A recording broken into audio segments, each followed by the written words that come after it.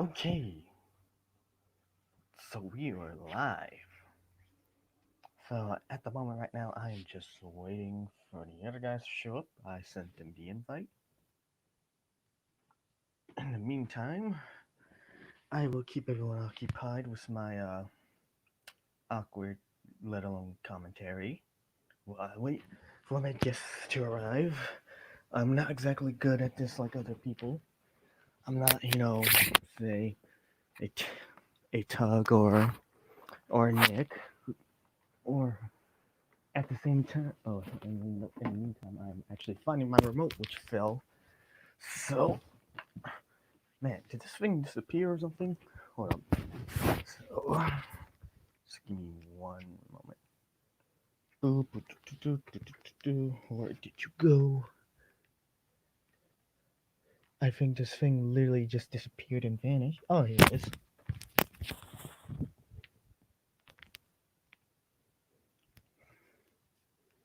There it is. I found that.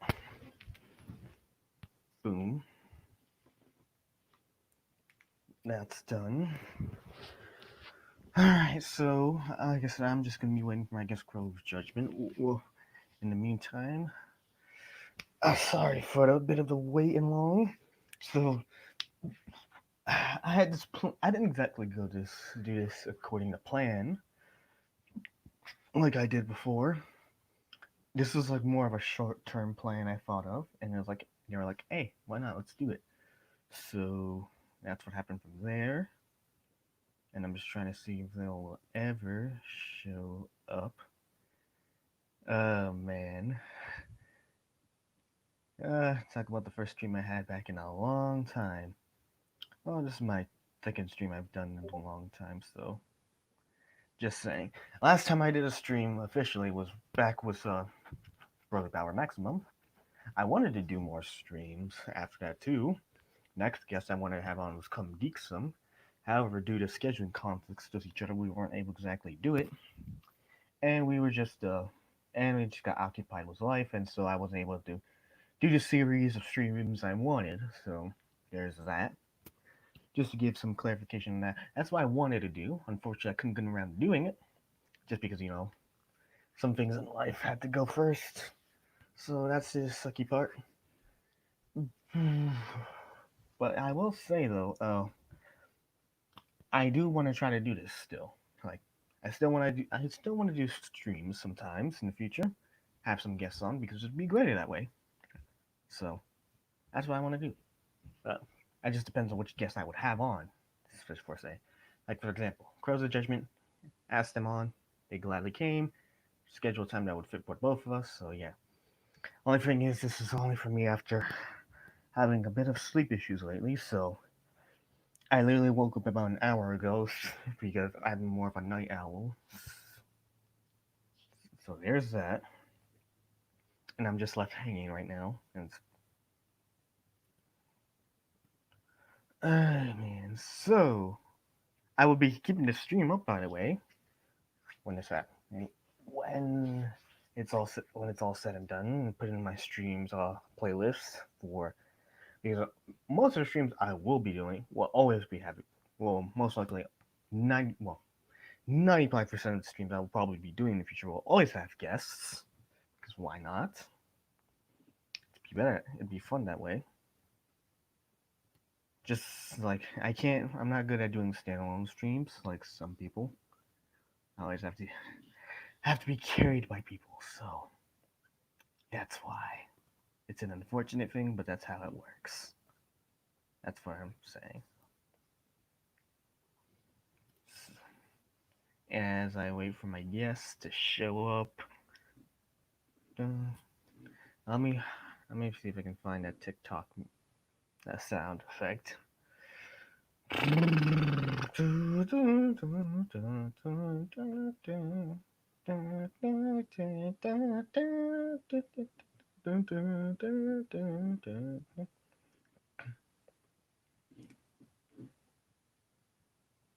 Here it is. TikTok music. No, not Tik. I hate TikTok. Give me a thing like this. I'm looking for literally just clock ticking music, not tick. Nothing's popping up for me. Usually it'd be easier to find this stuff, but nothing. Let me just put in clock ticking music. Clock ticking music. Oh, there it is. So let's see how it goes.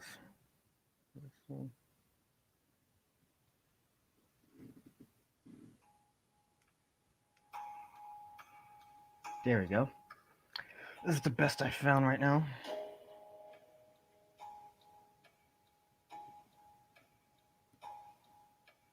See what it says.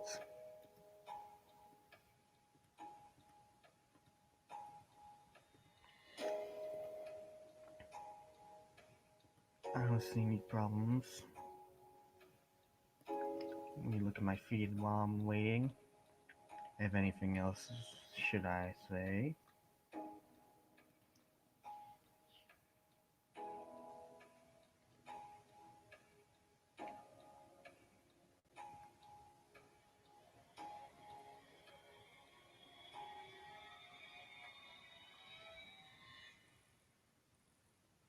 Hmm.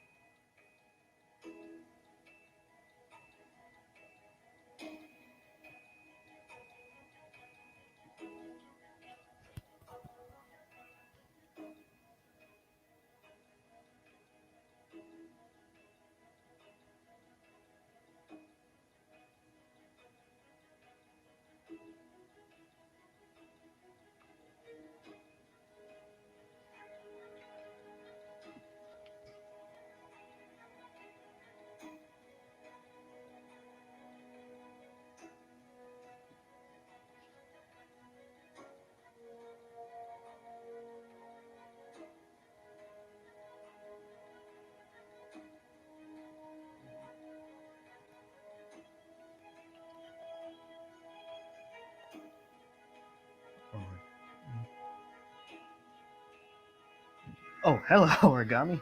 What's up? How you Hey, doing? can you? Okay. I just didn't see you for a second. Yeah, yeah, Yeah. So, while I yeah. was waiting, I was literally just starting to play like clockwork music just to be passing the time, saying, "While I quietly wait for my guest to arrive in an untimely manner." I appreciate that. Apologies.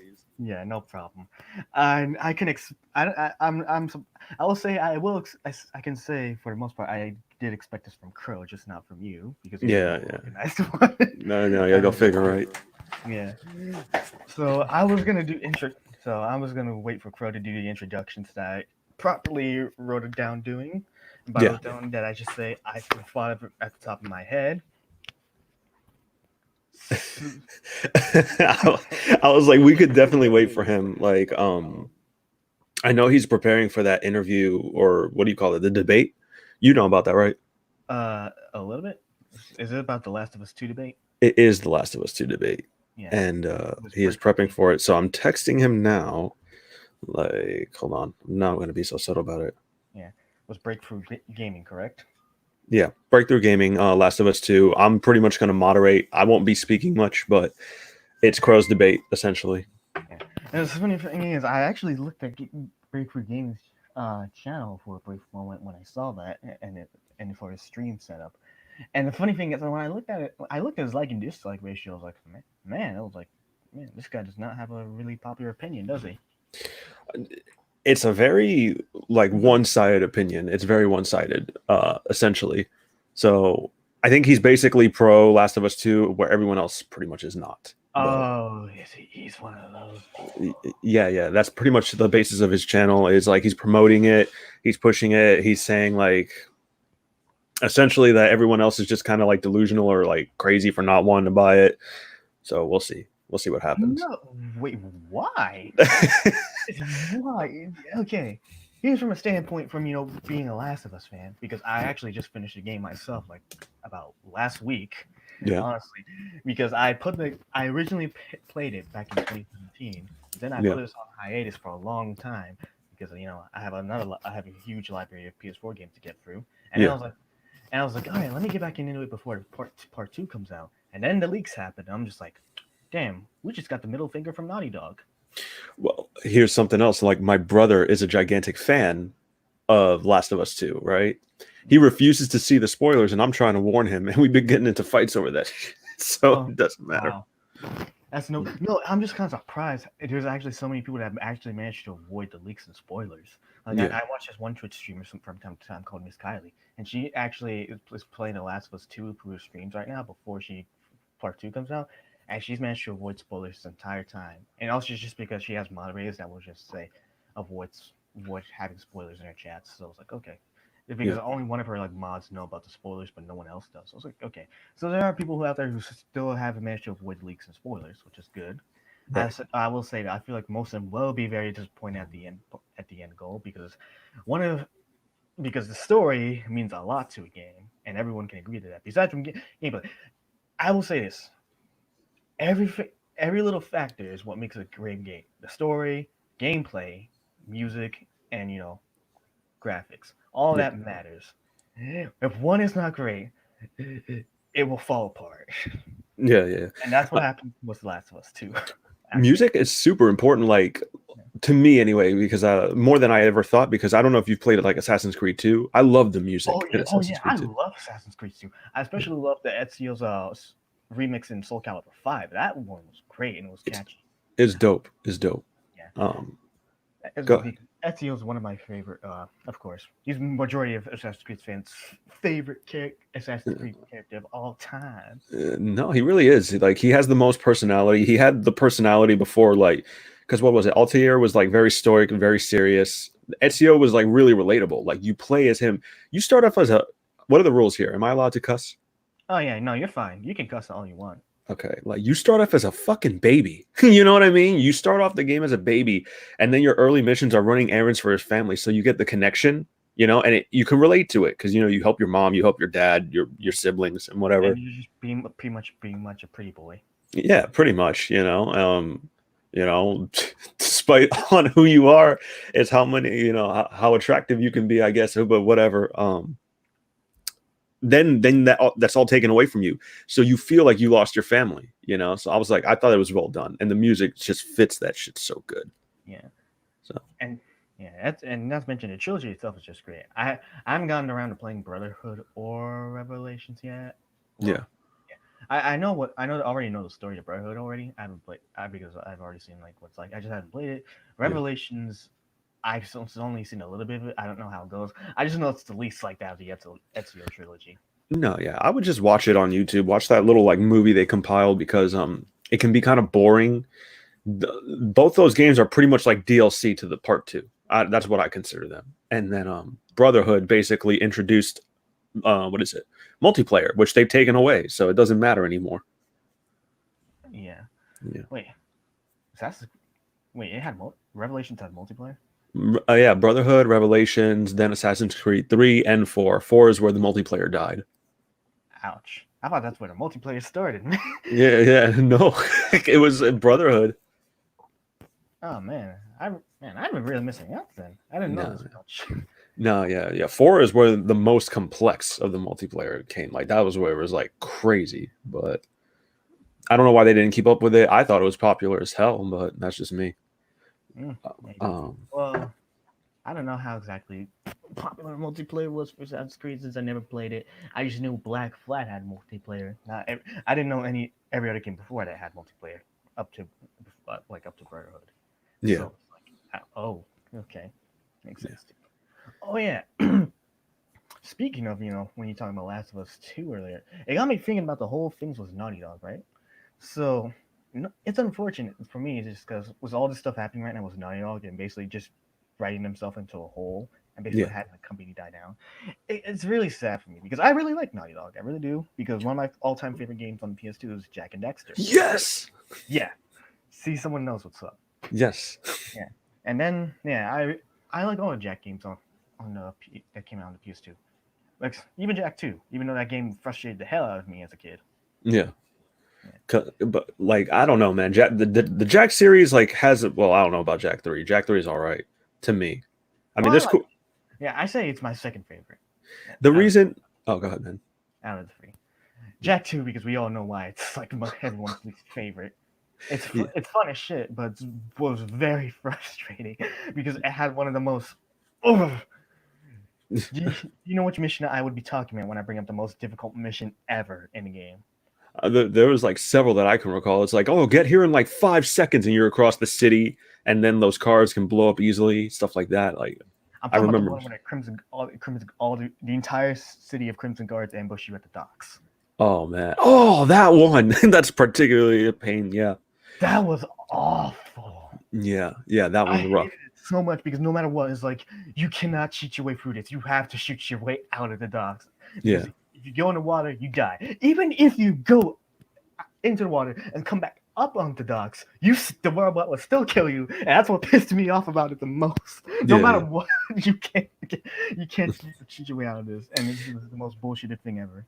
No. Yeah. You want to know? You want to know one of the ways to get through it? You have to power up your Dark Jack like tremendously and just plow your way out of there. Like, Oh, and you I got to. wish I knew that. Yeah. Yeah. Yeah. The funny thing is, what I decided to do is the smart strategy of just use my blue gun instead because that had more fire, like more of a fire rate to it. Yeah. That was the machine gun part. Oh, also, Crow said he'll be here in 5 minutes. So. Fashionably late as ever. Yeah, I was just letting you know he didn't totally flake. He's still coming. Yeah. Yeah. So when he comes here, I'm gonna. He probably won't watch this, but I'm gonna announce him as his nickname, Crow Vanderland, because he's the man with the plans in the Crow channel. So in the meantime, meanwhile, you're the guy who's behind the scenes managing everything. You're literally the IT Crow. You're the guy who has the inside guy on everything. And I will say this. From what seeing your setup, your setup, it literally reminds me of Wayne from Kim Possible, which if you actually know what that show is. I know what it is. I never watched it much, but I know exactly what you're talking about. Yeah, that's what it reminds me of. It pretty much it kind of is like because there's a whole history to the Crows channel. Are you familiar with it? Because I know you spoke to BPM before. I've watched your interview with him. I'm not entirely familiar with it now. Yeah, so we could talk about that when Crow gets here, or I could just run it down now until he shows up. So that way, I think it'd be better to have Crow on because he's the man, he's the one with the plans. yeah, it's pretty much he's been the face of the channel. His name is it's very egotistical now that I think about it. He's the face. He's the face that runs the place. Yeah, he's the face. It's his name, everything. Stupid. That's funny when you think about it. Oh, but I will ask this: what is the meaning of the white crow? If he ever told you.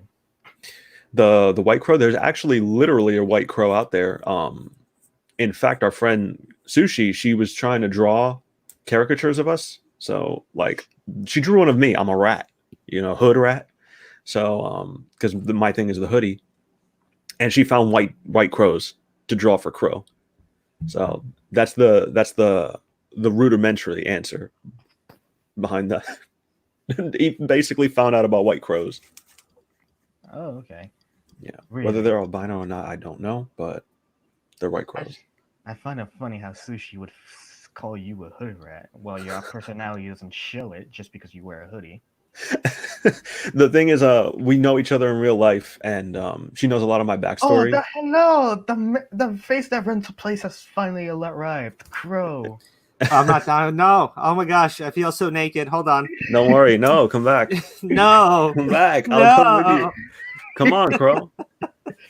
What's up, guys? How you doing? All right, time for introductions. Even though it took like 19 minutes later, honestly, Crow, I kind of expected this from you. I'm not gonna lie. I blame Aura actually because he's like, oh, I haven't heard anything from this guy, and I'm like, oh boy, good time to take a shower. I heard from him. I literally messaged you before. I literally gave you guys the links right before this happened. yeah. I got it at like, what is it? Oh my god, it was like 11:58. I was like, oh shit! I'm like, I'm coming. Yeah, because I thought y'all were set in stone. I was like, all right, let me just send them the link the last minute, and I was like, oh, crap, that probably was a good idea. No, I thought I was like, oh, maybe he thinks we're doing it at 1. So I was like, okay, maybe we're going at 1. So. No. Oh no, it's like because we have the thing with Breakthrough, which should be entertaining. Hopefully you're going to be there for that, Vic. Oh yeah, or call me up to speed on that. I'm just like, honestly, I am surprised. There's still like pro Last of Us Part 2 guys out there who support. I'm not surprised. Like I would say that I know that there are people who are like anti-spoilers, and by that I mean they don't care what people are saying. They are not going to engage in spoilers at all, even if that means that it's something they're not going to like. And there are people like that even for like Last Jedi, right? When the Last Jedi movie leaked, there were plenty of people that didn't want to know anything about it. They just wanted to go in fresh, and they were disappointed, but they were still happy that they got to experience it without the spoilers. So I'm just surprised that there's somebody who is shilling this hard for that game. Yeah. Like, and I we'll get into it at 3:00. But for now, we're here with you, our good buddy Vic. Yeah.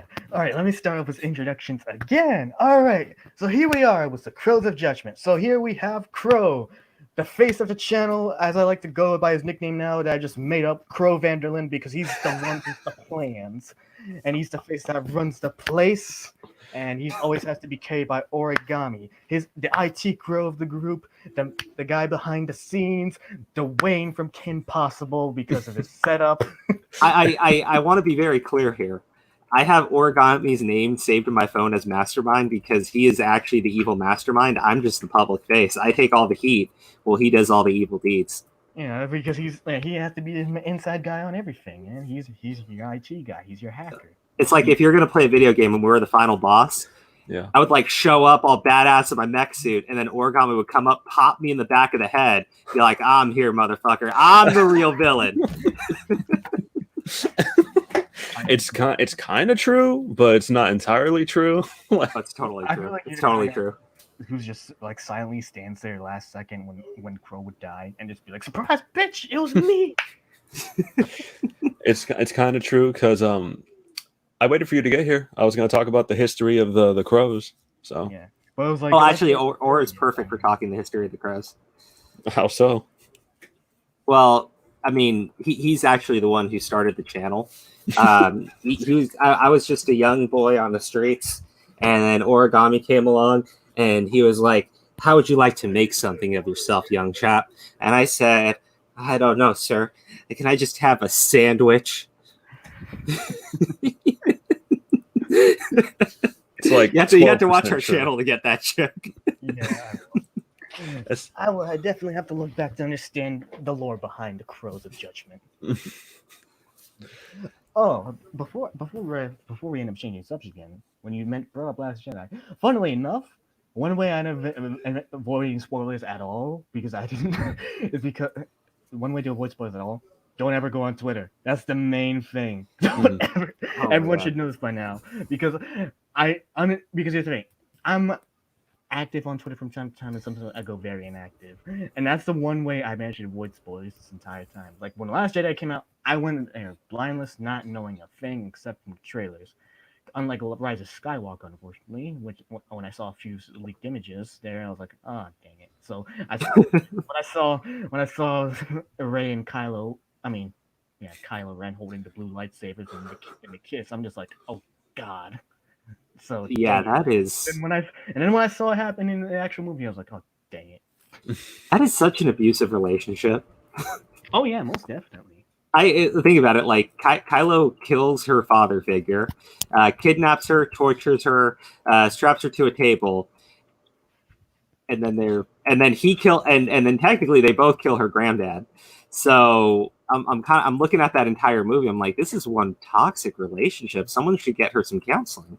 Yeah, I really wish they would have gone with the how it should have ended version of it. That would have been so way better if you guys ever saw that one. I haven't seen the how it should have ended one. I've seen plenty of how it should have ended, but I haven't seen it for. So do you care for spoilers on that on that one? Or do you? No, tell me.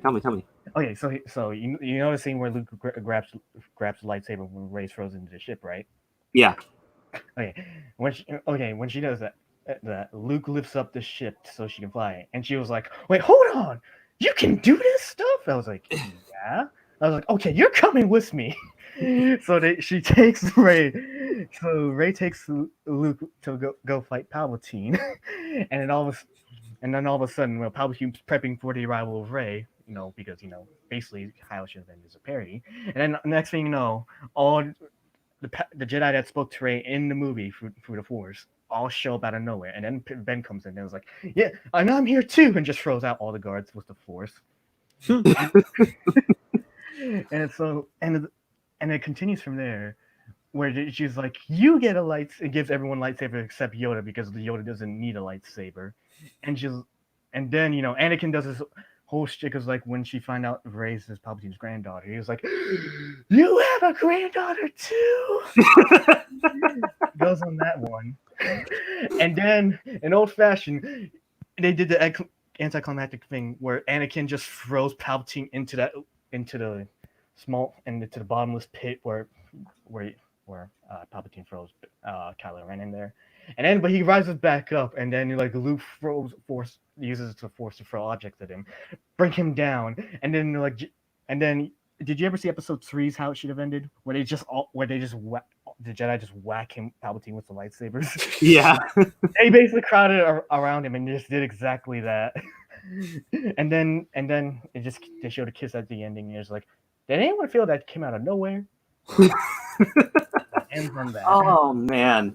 Yeah, I would have loved this version way better. It would have been so much more fun that way. That movie was so disappointing because, like I said it, the movie is not the worst Star Wars film ever. Oh yeah, it's just there are these really fun moments and there's really stupid moments, and the whole thing with the Sith Wayfinder. I mean, if you think about it at all, it makes absolutely no sense, and it gets really frustrating to like. Okay, so they have this special dagger, which if you hold it up at the right angle, assuming the ship never deteriorates and stays in that exact position and was exactly like that when it landed, and over the past 20-something years has never changed. Like, it is just a mind fuck if you think about it. But the worst part about that film is, Kylo isn't... Kylo actually isn't that bad of a villain, right? It's interesting to see someone... I'd say, like, when Anakin falls to the dark side, I really don't like it. And maybe that's just hating Christian's performance. But I think Kylo's Star Wars series made more sense for it. I think being tempted by the light side, right, as the villain, I kind of like that because you watch the prequels and that's one thing they actually did. Yeah. But then they never do any scene with Vader. Like, they never do any scene with Anakin's Force Ghost. And I'm like, why not pay that off? Supposedly there was one, but they cut it out. And that's what... I don't even know if they ever filmed it. That's the thing, right? Because, I follow spoilers, and I remember at the time people were like, oh, Hayden Christensen's been contacted, and he's going to be in the movie. And I was like, okay, yeah, that's a move in the right direction. I want to see him bitch out Kylo. And then instead, they just go and say, oh, we cut it. Fuck it. And... it's like, way to like the ultimate fucking cock tease. It's like 2 fucking movies about this shit, and then fuck. I was watching this takedown of Rise of Skywalker, and they're slamming the movie, right? And I think it's totally fair criticism because sure, The Last Jedi is not a coherent film. Right? I will say I like Rise of Skywalker more than The Last Jedi, though. Here's the thing, though. If you watch The Last Jedi and immediately watch Rise of Skywalker, which I did because I have Disney Plus, and I was like, fuck it, whatever. I've got a few Coronas I can kill. The third movie is all about undoing everything from The Last Jedi, like everything in that movie. Oh yeah, and it's there was no denying that. Yeah, it's annoying because it's like, I don't like The Last Jedi, but now the entire... You don't have to redo everything. No consistency. Yeah. It should at least still be consistent in the end. Well, at least you don't need to make her a Palpatine. I thought the one thing that was interesting, the 100% thing that was really interesting was, I guess 2, was seeing that Kylo abandons the mask and he's full on taken up being his own, like, Sith Lord and shit. And then at the beginning of Rise of Skywalker, he's got this special Smith, and he's put the mask back together. I'm like, why? Like, why even do that? That's just dumb. He was having an identity crisis. That's why. It was so petty and stupid to do that. But the worst thing was Ray Palpatine.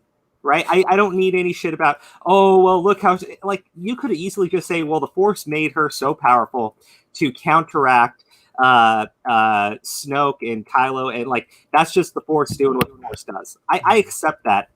You do not need to make her Ray Palpatine like that. You don't need to make her Palpatine to make her OP and explain why she's so OP. No, you don't. Like, because where did Anakin come from? He's not from a legendary lineage. He just appears from the Force one day, right? Why not just make Rey that same thing? The Force created her as a counterbalance to what was going on. Or a reincarnation of Anakin. Ooh, like something, right? Oh, that would have been interesting, actually. That would. No, well, I don't think that would have worked because it wouldn't work because it wouldn't make no sense. But neither. It's conflicting religions. It doesn't work. But like, I did like the idea that you don't need to be a part of a legendary lineage. You don't need to be someone who is part of this this bloodline of super powerful beings. Anyone can be powerful in the Force. The Force wills it to be that way. I like that. I actually did. I thought that was one thing that, for all Rian Johnson's bullshit, I thought that worked, right? Mm-hmm. But then we make her Ray Palpatine, and it's like she goes up to Kylo, and he's like, "I lied to you." Like, yeah, fucking asshole. Fucking asshole. Why they kissed at the end. By the way, did you guys hear about how apparently the kiss they had at the end was platonic? What? I didn't hear anything about that. Yeah. Apparently, it came out that the kiss was actually platonic. What? He's performing CPR. Yeah, That's I read an article that confirmed that, saying the kiss at the end was platonic. I'm just like, okay. Well, let's be very clear here. No, it wasn't. And also, that kiss was incredibly creepy because it made no sense, and plus, they were mortal enemies trying to kill each other. No, actually, it's even worse because have you read any of the Star Wars comics, like the Vader series? No, the only comic series I've read was Stargate Vader. That's the only one I read because that one sounded interesting to me. Okay, so how do I say this? Okay, you got to follow along with me, and I know it's going to be a little bit fun here. In the Vader comics, which Marvel made, and they're supposed to be canon within Disney Star Wars, it came out before the Rise of Skywalker. That Vader, he opens up this portal into like another dimension, right? It's his castle on Mustafar is used to like open up this portal like directly into the dark side of the Force or something. It's really cool. I don't want to spoil it for you too much, but I don't care for spoilers. You can tell me all you want about the comics. So Vader leaves his physical form, right? And he's walking through this different dimension, and like he sees all the Jedi that he's responsible for killing, and he slaughters them again. Like even people that like Yoda, where he just feels like he's responsible for it, and he kills them mercilessly. But then one thing he sees is at first he thinks it's Padme, and it's his mother, right? And his mother's pregnant, and you see Palpatine is standing behind her, manipulating the baby that's inside of her. So the comic heavily implies that the baby is actually his. He's the one that created Anakin Skywalker to eventually become his ultimate apprentice. And it makes sense with the type of person Palpatine is, that he's the one who's engineered everything from the start, right? The legendary, like the prophecy, all that stuff. It was Palpatine engineering everything, right? So technically, I know it's gonna, right? Technically, Anakin is his son, right? Yeah. So you have Rey Palpatine, who's his granddaughter, kissing Ben Solo, who's his other grandson. Yeah, so they're if you were to go by that approach, they are technically related. And this comic came out like, I don't know, like 6 months to a year before Rise of Skywalker. So immediately, everyone's going like, did Disney Star Wars just give us our first incestual relationship? I mean, oh yeah, Disney Star Wars, I was going to say. Disney Star Wars probably, yeah. unintentionally because they don't know because they don't follow. I'm pretty sure the people who make the Star Wars movies don't really follow anything from the comics at all. Well, I mean, like, yeah, no, or you got to chime in here. This J.J. Abrams, like, he only wanted to create the first movie, right? Do the mystery box. The mystery box. What's in the mystery box? That's J.J. Abrams' whole shtick. Like, I love the Fringe. Like, I don't know if you've ever seen Fringe. It's a sci-fi TV show. No, I have not. J.J. Abrams created it, and when you do not know what's in the mystery box, the show is incredibly good. When they start giving you the details of what's actually inside of it, the show just collapses downhill because he doesn't have this grand plan in place. He just has this, ooh, look at the what's behind the curtain. He doesn't actually have any plan for what's behind the curtain. He just tells you that there's something incredible behind the curtain. So there's no actual plan there. So, for all the shame that, people give Rian Johnson, I think he's worthy of all the criticism, right? Mind you, I think he absolutely is. Yeah. But he had no direction at all for what to do in the second film, period. Oh, no. So he just did whatever the fuck he felt like doing. But he had source material and even the Legends stuff material to run on if need be. I mean, there was no consistent storyline. In general, yeah. I get the that. second one. He just undid a lot of Star Wars lore because he's a dick. And that's the main reason everybody hates him. Yeah, like I agree with you, Crow. Like the guy probably had like nothing to run on because there was no set plan. However, like what was it? Half of the movie storyline with Finn is completely pointless. Oh yeah, it is. Like that's what I'm saying. And then everyone's been wanting to see Luke. Everyone knows Luke. Even if you don't watch Star Wars, you know who the fuck Luke Skywalker is. And you're really gonna do that to his character? Like, and that's one thing I hated. It fell out of when I mean like there's no consistent storyline with this film. Yeah. What I'm trying to say is Disney didn't give him any direction. They didn't say, well, this is Luke Skywalker. This is the plot line for this movie. Now go do your own thing with it. They just said, do your own thing. And he said, okay, fuck it. I'm going to do my own thing. I'm going to subvert everyone's expectations because I'm Rian Johnson. That's the way I do movies. I'm going to create some of the most hated characters ever.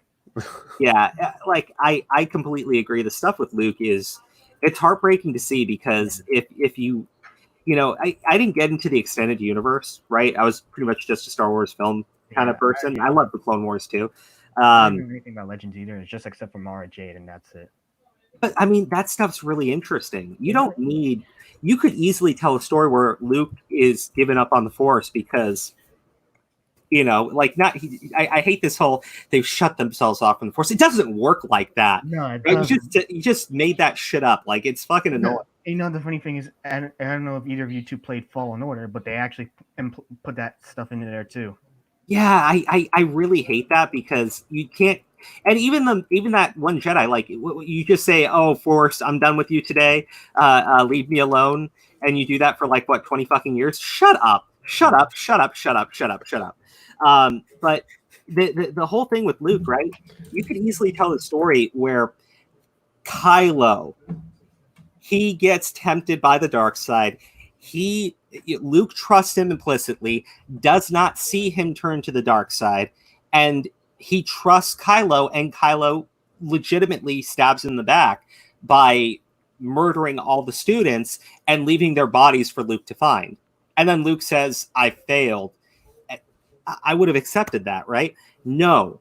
The massacring of Luke's character was that he tries to kill his own nephew. Like that I was just like, fuck, you guys just fucked up this entire thing. Yeah. Right? I can understand him becoming a hermit, kind of like Yoda becomes a hermit, kind of like Kenobi becomes a hermit. They all become hermits. They do. Yeah. They do. But like they feel like they failed. But like character for Luke to try to kill Ben just because he sensed the future. You have to read. Go ahead. What? Go ahead, Vic. It just doesn't feel like him at all. But what are you about to say, Aura? I mean, I could be wrong. No, you're right. But like, here's some Aspulse thing that they did. You have to buy and read the Kylo Ren comic books to get the context behind all that bullshit. Fuck you. I'm not doing that. Exactly. I'll do it for you because I just haven't finished it. But like, that's the bullshit they do. They try to fill in the context. And how long has Part 7 been out? Like for fucking years, right? Yeah. And then they're gonna give us like comics, like what is it, a few months ago, to fill in the gaps now. I don't think they knew what they were doing, but whatever. I like. But the Star Wars comics are good though. No, they are. But Depending. my thing is, the comic should enhance the story. Like, And it adds more like lore to the stuff that's happened in the universe. Yeah, did you know Snoke was a herbologist? No, I did not know that. Yeah, you don't need to, I guess, but he's a herbologist. Yeah. no, he's not. He's a clone. Yeah. He was created in a lab by Palpatine. In the herbology area, because he's a herbologist. He's a botanist. He grows pot. He's a clone of Palpatine. He grows space pot, and he sells it on the side to Jabba the Hutt. The last part's a lie. Don't believe me. Yeah. He does not sell space pot. Like, you're fucking pulling my leg, buddy. I see what you're doing. No, he is a botanist, but he doesn't sell space pot to Jabba the Hutt. That'd be pretty dope, though. That would be pretty dope. Yeah, fucking Grand Theft Auto, Star Wars story. On the dope. Yeah. Oh, GTA Star Wars. Make a game out of that. That would sell like crazy. You know, I have the same criticism for the prequel films. You Mhm. know, Yeah. there's a lot of shit that they just don't tell you in the prequel films, and Oh, shit yeah. that does not make any sense. And a lot of that was because of Jar Jar Binks, right? Oh, the man who ruined everything. You know what? I don't blame the Jar Jar actor. I blame first off, I blame George Lucas. I don't blame him. I blame George Lucas entirely because Yeah. he was so obsessed with CGI bullshit.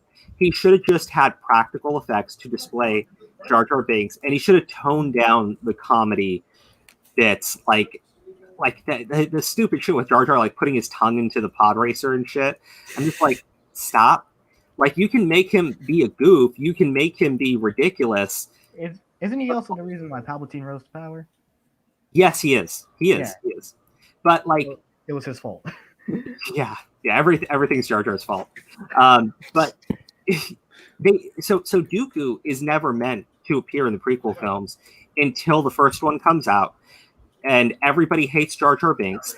And then they say, okay, well, we can't have Jar Jar be the Sith Lord. We need we need somebody else. And then Dooku all of a sudden is the bad guy in the second film with no setup, right? With nothing there to really convince you of why this guy is a thing. He just is a thing now. And I was like, oh no, it doesn't work for me. It doesn't work for me. Yeah. Mhm. Oh man, it's like Star Wars. That's why everyone will say the original trilogy was probably the best. I like some of the prequel stuff. I do. Like not everything, but some things I do like. I mean, it gave us the Clone Wars. Yeah, I was gonna say, I was like, without the prequels, we wouldn't have Yeah, that. we wouldn't have the Clone Wars, which is I think is one of the best The- things they ever did with the franchise. because Agreed. The Yeah. Clone Wars series was like part of my childhood, and it was great. I was disappointed they had to cut season 7 short, and they cut like a few episode plots. Like that was Well, originally. So you don't know about the extended universe. One thing that they were originally going to do in season 7, well, two things actually. They were going to give us the I forget the name of it, but Asajj Ventress has this book, right? And in it explains how she dies, and they were going to put that into the Clone Wars. Yeah. And she had a relationship with Quinlan Voss, and Quinlan Voss went to go fight Count Dooku and won, but didn't bother killing him. I'm just like, dang it, man, you should have done it. He became a temporary apprentice and shit. It was really cool. It's a good book, by the way. It is.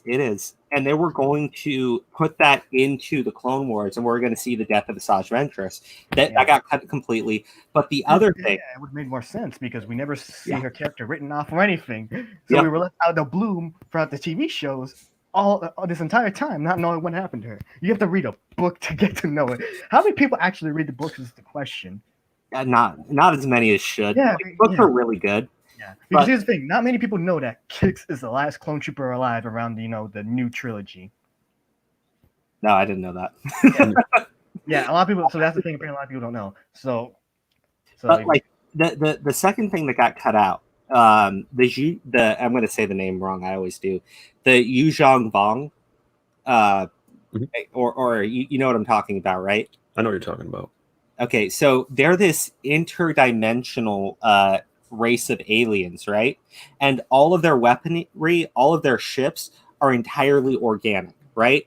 Mhm. They are powerful in the Force, and we were going to see them appear in the Clone Wars in like a 3-episode arc. Oh, and that got was cut amazing. completely.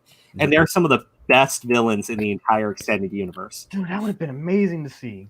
I know it would, and like one of the ways that they defeat them in the extended universe, and it's savage as fuck. So they do not believe in technology at all, right? So what they kill do this is technology? they don't. They think it's sinful. They hate it. It's like anti-force and shit. Like they're just completely against it, right? Yeah. One thing that they do to defeat them is they take one of their people, they put his brain into a droid, and they drop that droid with the rest of the Yuzhan Vong, and they say, if you keep this shit up, we're doing this to all of you. Oh, And they freak the fuck out, and they're like, nope, get the fuck out of here. It's like fucking savage. It's like they commit fucking sacrilege to defeat the Yuzhan Vong. And I'm like, that shit would have been fucking metal to see. And first off, and to see you do that, to see the Jedi, like, can you imagine if in that 3-episode arc, that's how the Jedi decide to defeat the Yuzhan Vong? Like, that would have completely solidified the entire message that the Jedi have turned away from the path of light because they take the most savage fucking approach in defeating the Yuzhan Vong. Like, I was like, oh man, it sucks that we didn't get that. Instead, we got like this 3-episode arc with the Martinez sisters, and I'm just like, I don't care about these people. I was like, why? I mean, I get we gotta show what Ahsoka was doing from that time, but do we? This is unnecessary. Couldn't we at least had the more stuff where where we went to Utapau before episode 3, and the other stuff where Obi-Wan gets captured by Grievous, and I will say this, another thing. The one thing I hated throughout the entire series that we never got to see was Obi-Wan. I mean, Grievous versus Anakin, which would have been a cool fight. I think that would have happened if they ever did it, and I'm so mad they never did. Well, I think if you did that around the time of episode 3, yeah, that wouldn't make any sense. That's why. Well, I mean, Anakin would have destroyed Grievous. Yeah. Oh yeah, like, legitimately destroyed Grievous. Like Obi-Wan could have if he wanted to, but he just didn't.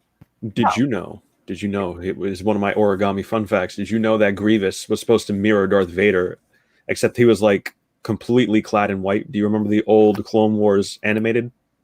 Oh, you're talking about where he's actually looks terrifying and fast as fuck. And he's actually like, capable on his own and he's badass. I will say that's one of the only complaints I have about the Clone Wars series is that they basically nerfed Grievous a lot. Mm-hmm. They basically turned him into a coward and less powerful. Yeah, it's really lame. But did you guys know that he was the Jedi Hunter before Darth Vader? He's basically Darth Vader, and even the aesthetic and the face looks like Darth Vader's mask, the shape. Yeah, except he just never had any. I never realized that actually. Mm-hmm. And he's completely white. Darth Vader's completely black, so it's like yin and yang. Yeah, but it would have been so fun to see some fights he would have won. I just wish in the original, like in the early 2000s one, where Mace Windu almost killed him with a Force Crush. I was like, that would have been awesome to see those two fight. Like, Mace Windu would probably wreck his ass. Mace Windu was badass in this series. Go ahead.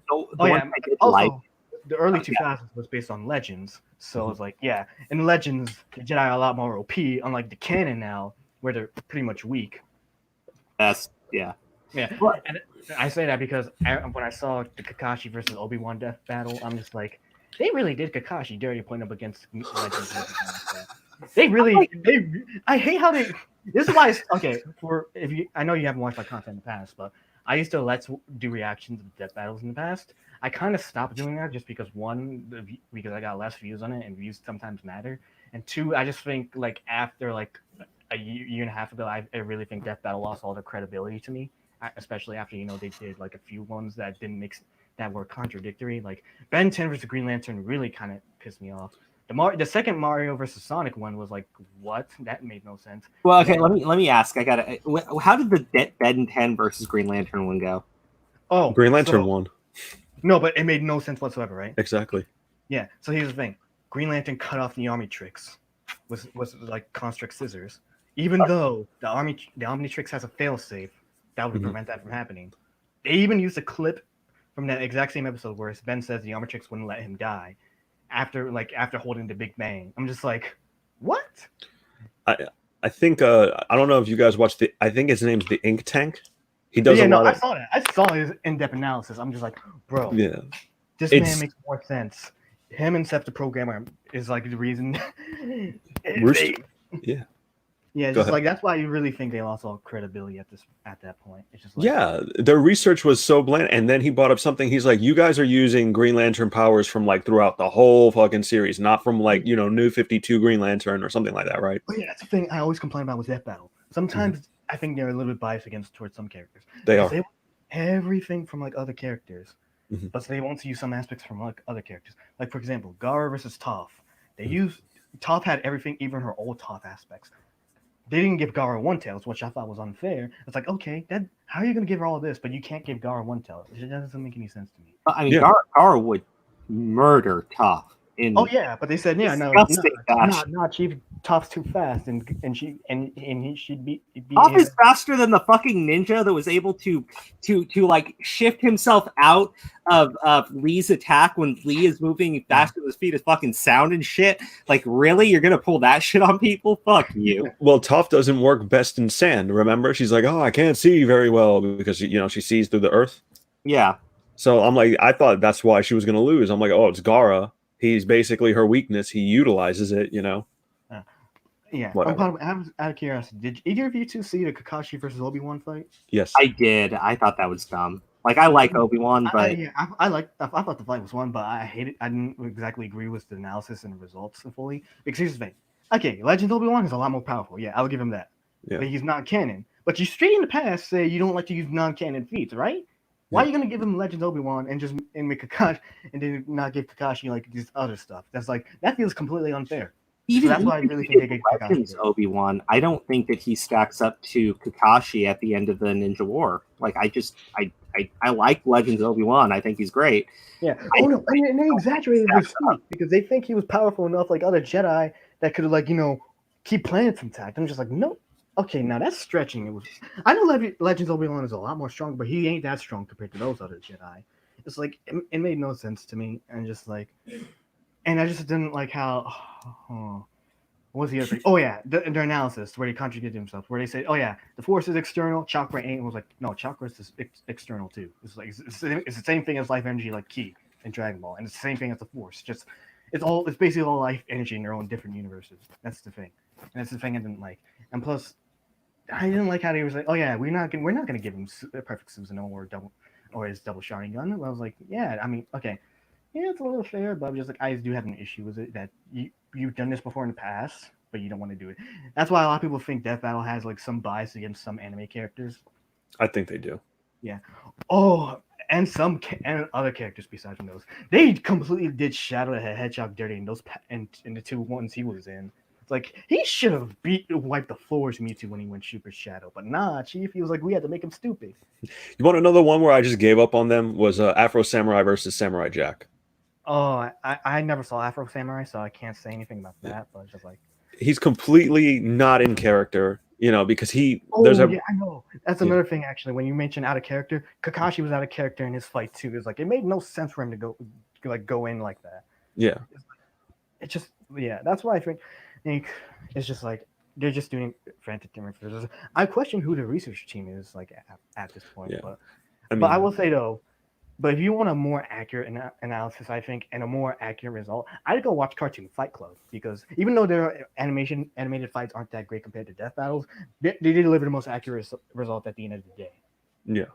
If you ever watch Cartoon Fight Club, I'll check them out. I think I've seen them. Did they do no, that's Strife. Strife did that. I think it's Sans versus Bill Cipher. Oh, you're talking about 1 minute? I'm not sure. I remember that was a 1 minute melee. But yeah, could have been. But I Strife Productions, I think they're called. I think they did one. And what is it? Sans got fucked up, but whatever. Anyway, I digress. Yeah, I don't know how powerful Sans is since I never played Undertale yet. So it's my favorite character, like fictionally. That's why I look like him. Yeah, one thing I will like about animated Cartoon Fight Club, they will say, okay, if we could use them at a character at a certain point in time compared to say we use New 52 Superman against Super Saiyan Blue Goku. Yeah, Super Saiyan Blue Goku could probably win because New 52 Superman is a lot more limited in power because of it. He's basically more nerfed than other Supermans in previous point in time. I was like, okay, that makes more sense to me. Like Silver Age, okay, yeah, he would be Goku. Okay, now that makes all more sense. It's just like like to them, it just says it's all based on the timeline of a character and all that. So I'm just like, Yeah. okay. However, I will say this too about Death Battle: they're not always wrong. I do think some of their results are accurate. Not all of them. I don't think they're 100% are, but some of them I do think are accurate. I will say. I can agree with that. Yeah. That led to one topic to another. Yeah. Huge tangent. We went on a huge tangent out of nowhere because we're fans of pop culture. We're nerds, man. Yeah. That's why I didn't want to contribute to the Star Wars con. Crow will go on. That's like a brand new debate. Yeah, and that's what happened. Yeah. Hey. Everybody wants to hear about Star Wars. I wanted to say, I was like, Luke never got to fight Palpatine, so I feel like we missed an opportunity by just killing him off. Don't answer anything, Crow. Don't say anything. Just like wink if you agree or something. Doesn't agree. Okay. I'm not allowed to talk now. It's not that. I know we'll go on. I am the host. Yeah. Anyways. Oh, you took away my ability to speak. So before we went on a couple of things, I actually did have a couple of questions for you guys. So so let me pull up my interview notes. By that I mean the questions I had popped up in my head. So when did you guys start? March last year. Am I correct on that, Crow? It was March or April, yeah. I think it was March, late or mid-March. Host, he's correcting me. Because probably because I'm the one who started the channel, but whatever. Yeah, you liked that one, didn't you? That was good. Yeah, no. So when we started the channel, originally, it started out with a blog that I had made, right? And at the time, one of our good friends, BPM Broly, he had a YouTube channel. And I was like, well, I like talking too. And I want to talk. So we made the YouTube channel. Originally, we were doing podcasts, and they were like over an hour long. And they were kind of like this. We're supposed to be sticking to one topic, but we just went nerding out about shit. Yeah. Which is a lot of fun. But yeah, no, so we're doing that. It was actually called Comic Crow Chronicles, and I love that name. That's the first YouTube channel. Like, it's so weird. Okay, here's what happened. I met Crow fighting on Twitter, and we fought Renfamous. Yes, we're fighting. Really? Yes. Oh wow. Yeah. Wait, how long was this ago? Was this last year too? Last year, but that was earlier. That was probably like February. Oh, I believe so I met Crow. Yeah, so right around the Vic stuff then. Okay. Did you know Toy Bounty Hunters had no idea that that's how we met? He thought I just met you on YouTube. Oh, really? Oh, wow. Yeah, he had no idea. I was like, Crow used to be a blogger. He used to write blogs and shit, and he had no fucking idea that's what you used to do. Crow used to write articles, and I used to read them. You know, because like we met through Twitter. And I was like, can you read this and let me know what you think? It'd be really great if you could help me out. Yeah, and I would read them and I'd share them. But I had met Broly through Hero Hey, his meme video, and I reached out and I would try to push for him to get subs. I helped get him to like 100, and we just became like really good friends to this day.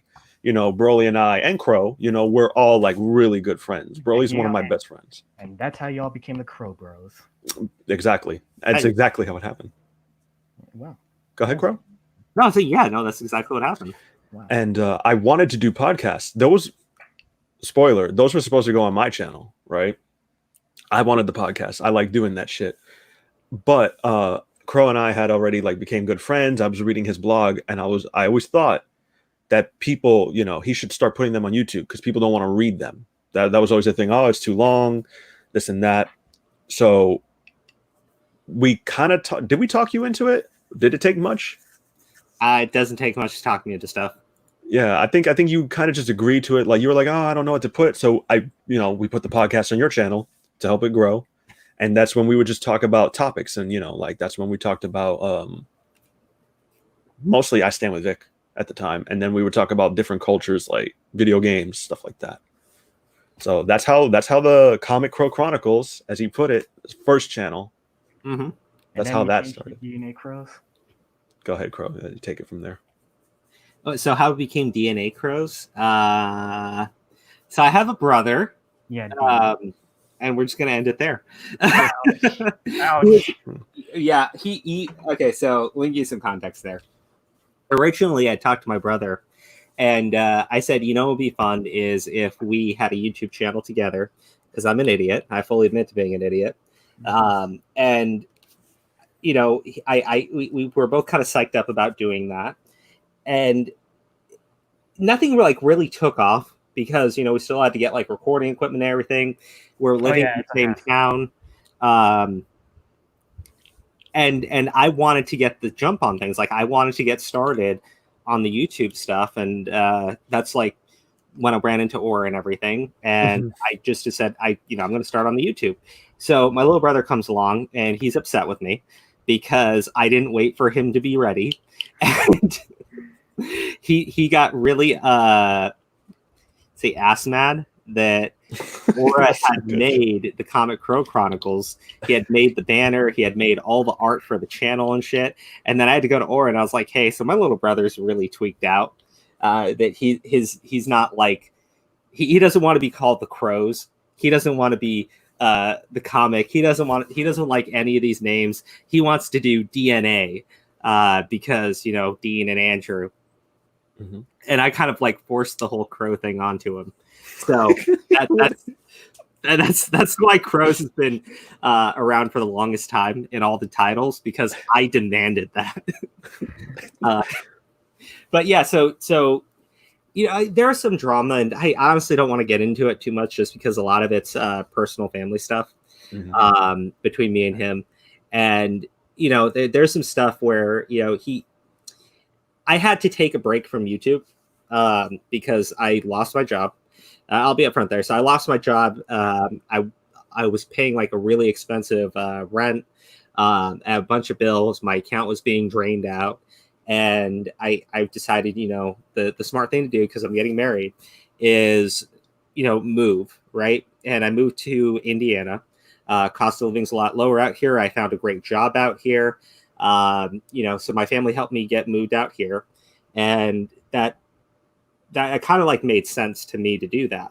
And so far, I'll say, even with the whole, Corona Chan thing going on, it was a very smart thing to do. But while I was gone, I wasn't producing content for the channel. I gave my brother like all the logins and everything. I said, hey, do whatever you want. Once I get things settled, right? Once I have the house, once all that's back to normal, then we can go back to doing content together. Well, I guess while I was gone, he was picking a lot of fights with people. Aura actually made him a Twitter account because he got himself banned for this. I don't even remember what it was. It was like really stupid. Long story short, he got into it it was the Heroes of Letters, and they report people. So, that's why none of us even get involved with the Heroes of Letters, because they report people. You lose your account. Yeah. Okay. I didn't make him an account for the channel specifically to promote videos from. I don't think I made that one. I offered him one of the alts I had at the time. Yeah. But those two were meant because we made Poke Crows and we made comic, DNA Crows. So to push content. So that's what happened with that. Yeah. Yeah, go ahead. Okay, so that or basically gave you the rundown. He continued to pick fights with Heroes of Letters. I got contacted because he was using the account that was supposed to be for promoting videos on the channel to engage in these little Twitter beefs with people. And so I just said, hey, that account you didn't make, someone made it, and it's specifically to promote videos for the channel. Can you knock off the personal bullshit? Go make another Twitter handle if you want to do that. I'm not going to tell you not to have beef with people if you want to have beef. Like, I get it. Like, do your thing. But don't use that account and drag the channel down, because we have people that are associated with that channel, including Aura, who don't want to be attached to your drama. And so my brother takes the Twitter account and he names it Not DNA Crows and continues being a twat with people online. I think I can't remember what happens with that account, but it's currently his. It's his DA Talks. oh, right. Yeah. Fucking hell. Anyway, so you kind of got like the backstory for all that stuff, right? A lot of stupid, personal, petty bullshit. Yeah, now I can see why I see a bunch of like drama with him on Twitter now. So then I guess I don't even know the thing, but I guess like some people like running the parody accounts were making fun of one of our friends, and they were getting increasingly more nasty. And you know, I get it, they're parodies, but they were kind of like doing things on a more personal level. Like I remember the Ron Soy Twitter account, and the parody was of Ron Soy, and it was all about making fun of Ron Soy as a parody of Ron Soy. Well, then we had parody accounts just popping up, just making fun of people, not making fun of who they're supposed to be parodying, and making like really kind of stupid personal attacks. Well, my brother jumps in to defend the parodies, saying it's freedom of speech. You can't criticize them. You can't demand that they stop. And I'm like, buddy, this person they're making fun of is your friend. How about you say, well, it's freedom of speech. You shouldn't report them. But also, I understand why you're upset. It's your friend. Now, here's the thing. I found about all this stuff after the fact because I wasn't on Twitter. I wasn't on YouTube. I wasn't engaging in any of this shit. I get a text message from my brother basically stating, I'm done with the channel. You can have everything back. And I'm like, what is going on? So I contact Aura, who had been trying to message me for a while. And I'm like, dude, what's going on? And shit just hit the fan. Yeah, it's basically what happened. So I get shown some messages by somebody else in Discord where my little brother is saying that I betrayed him and I stabbed him in the back. And I'm like, what? Like, I'm not on Twitter. Like, what are you guys talking about? So I'm sorry. I was confused. Yeah, I was gonna say Crow was moving states away, and you got trapped in a blizzard, didn't you? Yeah, that was fun. I got trapped in Wyoming for like a few days. Mm-hmm. Yeah. He was trapped in a blizzard. There was shit going on that I guess no one knows about. This winter? When was it? February. Yeah. So it was this winter. Oh man. Yeah. Wow, that's crazy. Because come to think of it, there was barely any winter over here. Over here in Maryland, it only didn't snow where I lived. It only snowed briefly for like 10 minutes one night, and that was it. I was like, man, this is like the least winterish winter in like the past 12 years over here. I was like, so I'm surprised. I was like, I see other places getting like blizzards besides from Minnesota. That is. Yeah. So Crow was going through shit. Like he said, he lost his job. He's moving states away. He's trapped in a blizzard because we have our group text chat. It's him, Broly, myself, and he just he updated us. And he's like, I'm trapped in a blizzard, and just to keep us informed that he's like safe and where he's at and all this stuff. So like he was impossible to get a hold of because he's driving. So, yeah, it took like a week's drive. It should have only taken a few days or like a few days to get from California to Indiana, but the blizzard hit. Yeah. So, which is like, okay, so that all happened, and I get shown Discord messages when I'm in Indiana. I haven't set up, like I'm staying in a room, right? And I get these messages, and they're like, "Hey, your little brother is saying this about you," and I read it, and he's saying I'm a backstabber, that I betrayed him. I'm like, I didn't take anybody's side in any of this because A, I didn't have any clue what was going on, and B, I had no time for any of it, even if I did. So now I have the channel, and I'm taking a look at it because I think it was right around December where I had to take the break and everything, like end of December, because December was a busy month at work, and like right afterwards I lost my job.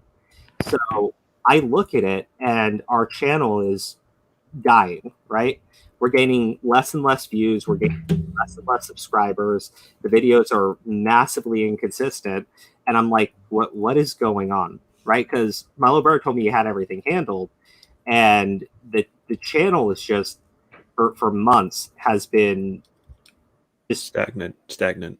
Yeah. And I talked to Ori. He's like, look, I've been giving your brother these links. He's showing me the text messages. He's showing me the DMs and everything.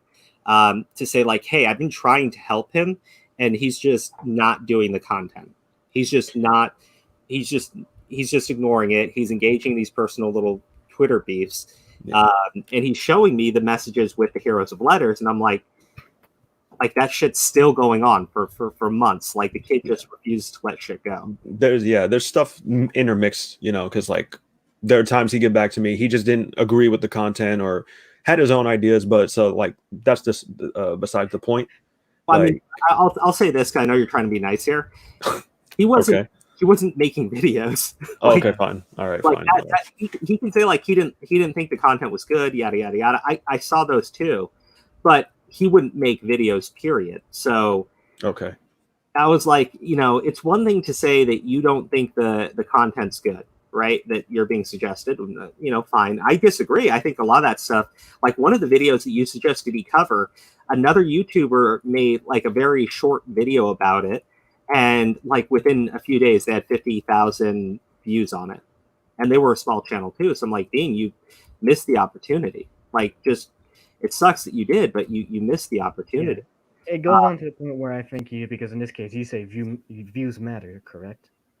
Yeah, I mean look, you should cover things that you're interested in. I 100% agree with that.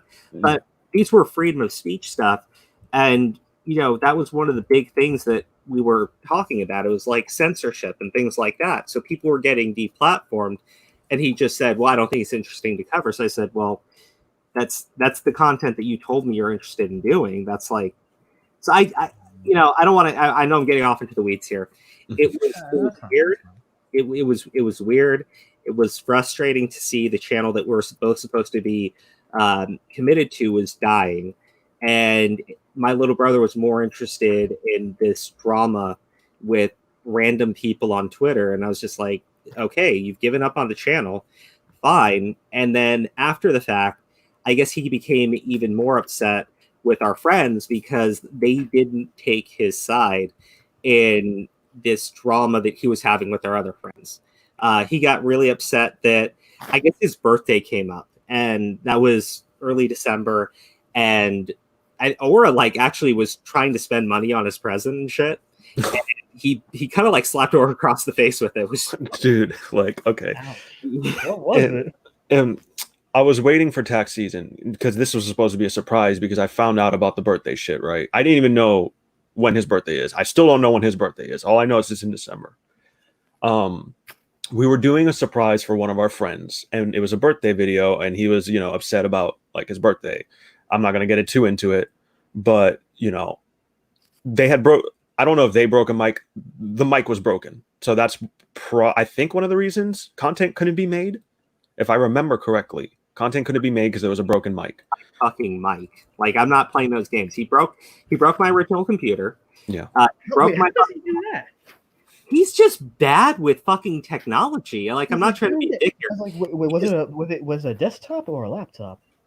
It was like a USB mic. It wasn't anything expensive, but like by this point, like I didn't have the money to buy more equipment. Yeah. And so, the mic got broken. And the computer, thing, Crow, the computer, your first computer. My first computer also. I mean, was it what kind? No, that was just a regular PC, and that one got just like a desktop then. Yeah. What did he? Wait, what did he do to do that? Did he kick it or something? It was a laptop, wasn't it? It was a laptop, Crow, I think. I had a PC, and that one I got rid of. We're recording off of a laptop that was a little bit older, and that one suddenly broke. Then the microphone. Okay, that makes a bit more sense. So here's the thing. So I bought this new laptop, and my little brother was supposed to chip in for the laptop, and he never did, which was just fan-fucking-tastic. Yeah. And it's kind of hard because, getting a good laptop to do this kind of stuff is expensive too. Like for me, I'm doing everything from a laptop right now. I'm using an HP Omen. Yeah. Because that was the idea. I wanted to get Dean a new laptop to edit on his own because he always relied on Crow's laptop. He would always have to go pick it up.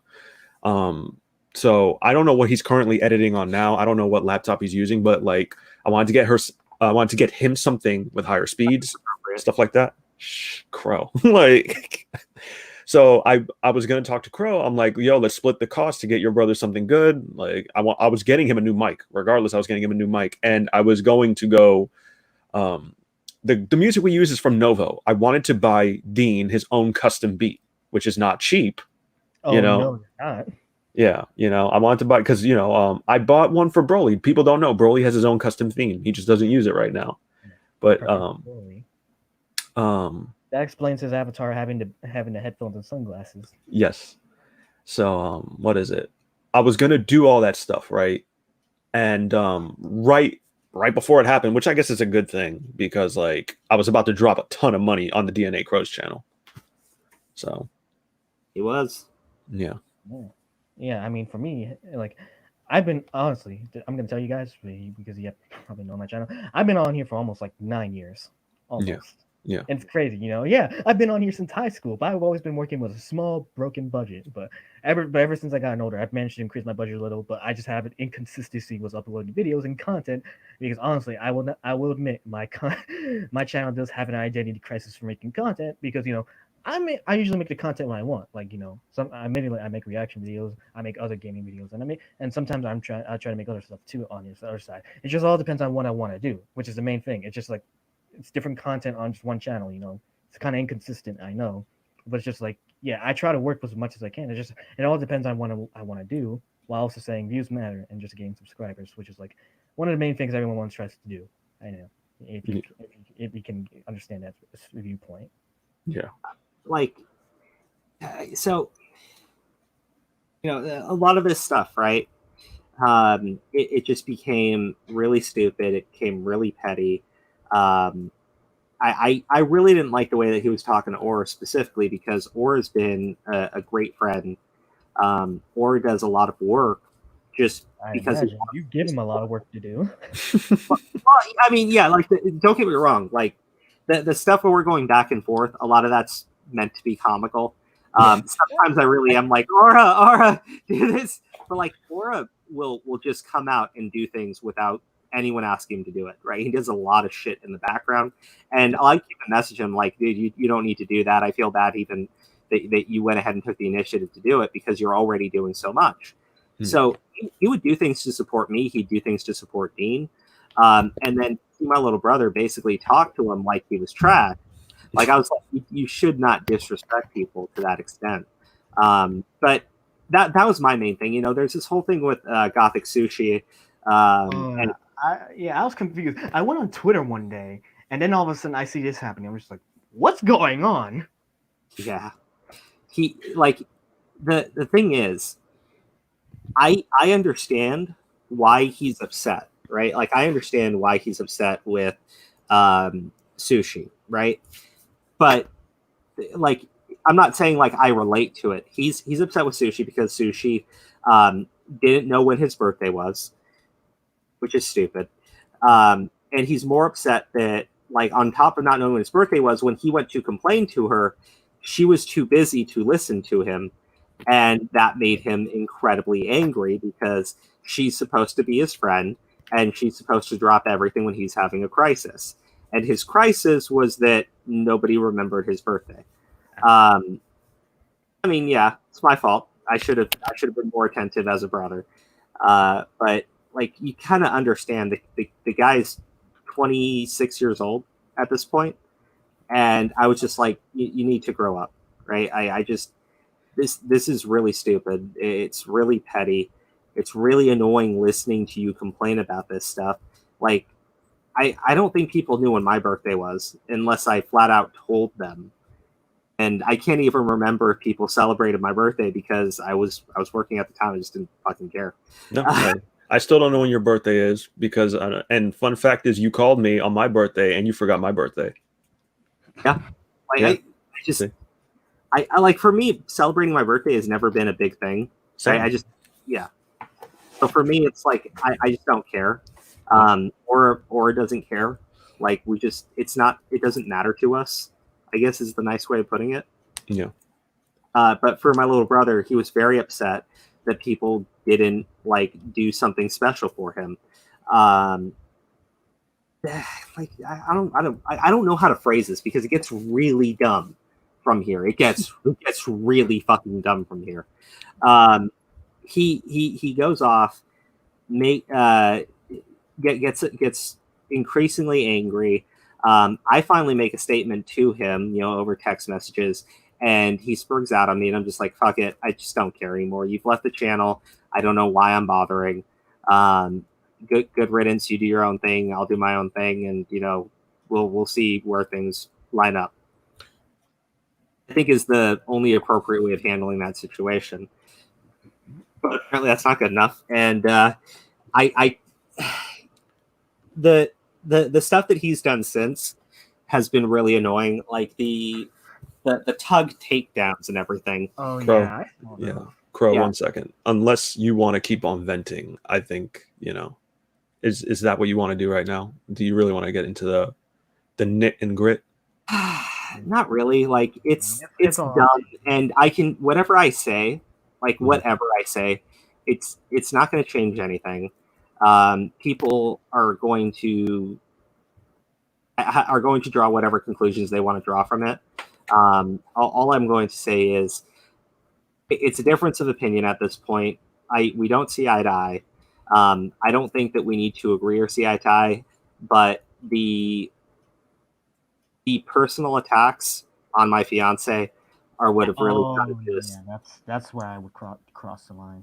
Yeah, and I'll be clear here, because there are people who are playing this little semantic game with me, where they go, "We demand proof that he said this about your fiance," and I'm like, I've been sent these tweets from my brother, in which he's telling people to go listen to this diss track. It's fire, and I go to listen to it, and my fiance is being called an ape. Right, so I'm like, ooh, the racial slurs. I'm like, either you're saying it or you're completely okay with people calling my fiance an ape. That kind of hurt, only because my fiance has been telling me to make amends with him. Right, you don't, like, he doesn't need to be wrong. You don't need to be right. It doesn't work that way. He's family. Make amends with him, and then behind her back, him and his friends are calling her an ape and a monkey. That's messed up. Yeah, I'm like, what position am I in at this point, right? So that's the only thing I wanted to say there. And to be clear too, did anyone ever stop you from, like, what is it, reaching out to Dean and forgiving him or anything like that, by the way, now that you brought that up? Most people told me to go forgive Dean because he's your brother and family fights. Yeah. But I can't forgive him for that. Like, I know, I can relate. way too far, way too fast. Was there ever a time where I told you not to speak to or reach out to Dean, and that I just wanted to see you guys fight? No, in fact, you were the one that was like, can you, like, see what's going on with your brother and try to, like, I don't think he's serious. You were actually pretty mellow about it. Mm-hmm. And I was the one who was getting, like, increasingly angrier watching it happen. Yeah. But no, like, I think that's one of the dumbest things. And I think what really, and I'll tell you what's really pissed off my brother. Just, Aura's my best man, and my little brother's upset that he didn't pick him to be best man. So is that a fact? Is that, like, legitimately a fact? Yeah, he's very upset about it. And I've heard several people tell me that you shouldn't pick this guy over your own brother. And I'm like, you don't know my brother. Crow. Like, you don't know him, so you really shouldn't be opening up your mouth. But, like, now that that's a thing, what did I tell you to do? You told me to pick him. You told me to, like, in fact, you told me pick him and you would help him out with everything. And I said, no. If someone's going to do it, I need them to be able to do it, be fully fucking committed to doing it, because I'm not someone who's planning on getting married like 5 times in my life, and this is just something I'm going to do every now and again. I want this to be fun. I want it to be permanent, and I don't want it fucked up.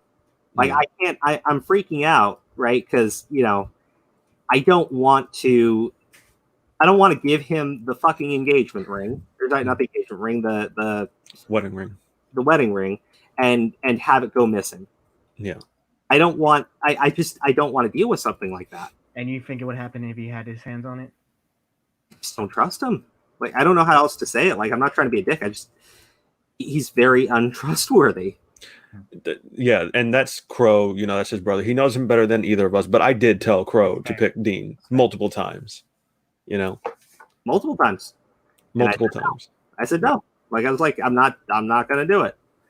Like if he can't commit to me that he can handle it on his own, I'm not going to sit there and say, I guess we'll see what happens. Like you've been very non-committal. You've made a bunch of mistakes, but I guess we'll just see how this one plays out. Like buddy, it's my fucking wedding, you know. We're talking about having kids and stuff. Like I'm not going to risk that being screwed up when you have a ton of issues, and like he told me flat out that he didn't think that he could handle it. So like he in fact he came to me, it's like, well, can we be both best men? And I'm like, no. Like this is not a friend scenario. yeah, I'm like, that's like, I told him, like, be a part of the wedding party, be a groomsman, you know, you'll still be in the wedding, but you won't have any responsibility, and you're bad with responsibility. Like I'm sorry, you just are. Like I could give you countless examples of it. It's just not worth doing. So that pissed him off. And I guess, you know, people can say like, you should have trusted him, yada yada. I just, as you know, like, if you think that, you do not know my brother, and I don't think that you want me to go into all the times where he has royally fucked things up for people. Like I'm gonna say it too. Like he doesn't want me going into this shit with people. So like I just was not going to risk my fucking wedding on bullshit. I wasn't going to do it. I told him I still want you in the wedding, but when I asked you flat out, can you handle this, and you told me no, that was it. Like there was no, let me reconsider, let me talk you into being a responsible human being. You said no. That was the end of it. I don't feel bad about that. Like I guess people think I should. I don't. Sorry. That's what it is. Yep. And then Crows of Judgment. Like it's And that's how you changed the name of Crows of Judgment. Well, it was. Go ahead. I like the reason why we changed the name is because first off, DNA was me and my brother. Yeah. And Makes sense. if we weren't going to be doing that, I wasn't going to continue using the name. And that wasn't like a slight on him, because at this point, it wasn't like all this drama had happened. Like it hadn't happened yet. I just said like DNA Crows was supposed to be me and my brother, and if that's not going to be me and my brother, I don't want to continue using the name. And I like the name. Like we had a bunch of stuff for the channel, but it just seemed wrong to me to do that. It's not the same. We never got rid of any of the content. The content is still there because that's what this channel was, you know. But if the other half of that channel is no longer there, there's no point to keep the DNA. You know what I mean? Yeah, no, it didn't make sense. And you know, I could have easily said DNA Crows is now me and Aura. But don't forget about Professor Broly. Yeah. Or like Broly's been taking a break from a lot of the stuff, which I think is good for him. Yeah, he's got a lot of real life stuff to catch up with, so he's doing good though. He's doing good. Still like one of our best friends. On stream last week, so I was like, he's doing right. Yeah. Yeah. I mean, like you can kind of understand, like it was never like changing the name was never meant as a slight to him. I don't know if people thought that it was. No, I don't think it would. It was just like most people would change like their channel name or something for other reasons, but I would just take that as, you know, just a change in status quo, I guess, for the channel. Yeah. Yeah, and I mean, like, I thought that it made sense to do. I had asked Aura, because he had made a lot of the channel art. I was like, hey, can you go ahead and change this? And the reason why it became Crows with an S is because I've been asking Aura to do a lot of work. He's always appearing on the streams with me, and I said, you know, you should really be taking more credit, which I pushed for him to do like a few times, and it only made sense to actually have him be attached to the channel in a more significant way. Like, he deserved to have credit on the channel. And, you know, Broly is a part of that too, right? And when Broly eventually does decide he wants to come back to doing more content, or like making himself more present on YouTube, I'm hoping that he can kind of be a part of that group, even though I want him to like actually do his own channel and stuff. Because I like working with everybody. It's just I know we're like getting off into a lot of nitty gritty stupid stuff here. Yeah, But we're definitely gonna have to do a part 2. yeah, I think we can do a part 2 if Laura's down for that. I could do that. Just it's been very frustrating because I'll say this: I have people that will message me all the time, telling me things like, you shouldn't stab, you shouldn't betray your brother and stuff, and you lied about him, and where's your proof of these things? Like, what do you want me to do? Take the fucking text messages of my dad at 2 a.m, begging me to go help him track down his car because my little brother's disappeared for the fucking night, and we find him at 4 the next day. Drug the fuck out. Like, I ain't gonna do that shit. Like, if you don't want to believe it, I'll tell you this right now.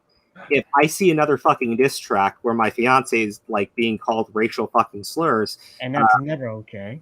Yeah. That's how you basically distance yourself from your family. I asked Aura to go through this fucking channel, to go through all the streams and clip out all the times that Dean is tweaking out on camera. Yikes. You want proof of that? I will gladly show you that, but stop fucking asking me for shit because I'd rather ignore it. And I'll be frank with you. If my fiance has like racial slurs called towards her and he's like sitting there promoting the fucking shit, I will gladly show people the times where he's drugged the fuck out and it's preventing us from doing fucking content together. It's still public.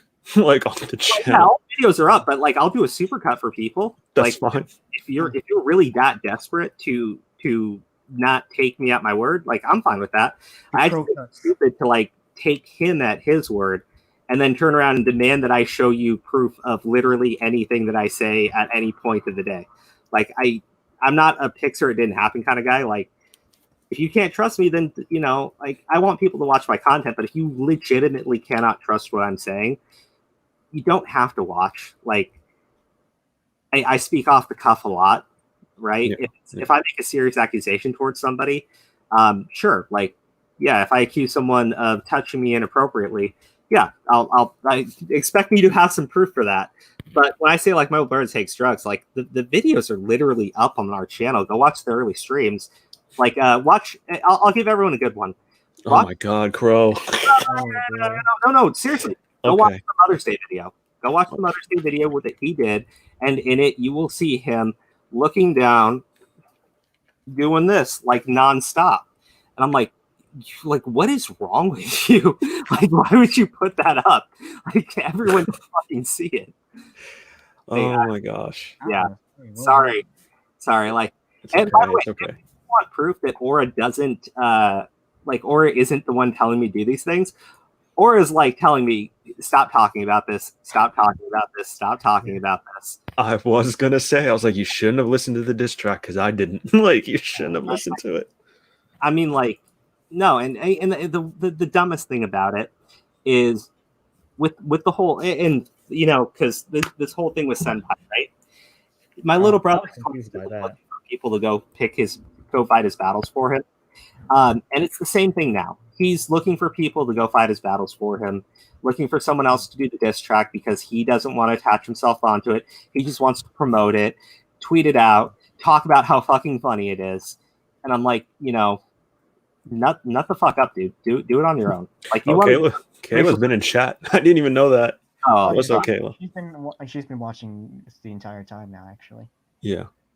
Like, if you want to use those racial slurs towards my fiance, don't be a fucking pussy, right? Like, you're okay tweeting it out. You're okay promoting it. You're okay with your friend saying it.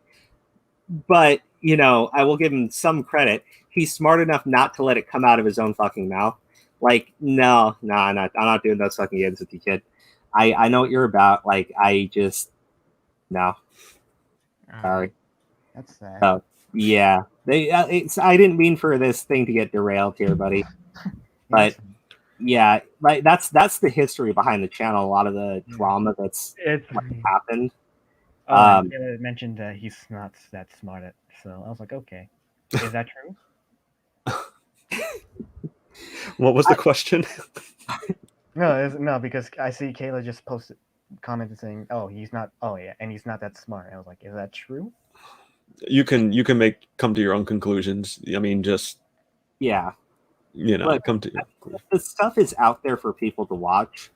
One thing I thought was really funny, and I actually did watch his Tug takedown video, not the whole thing, but I kind of stopped because at a certain point I saw him getting really upset.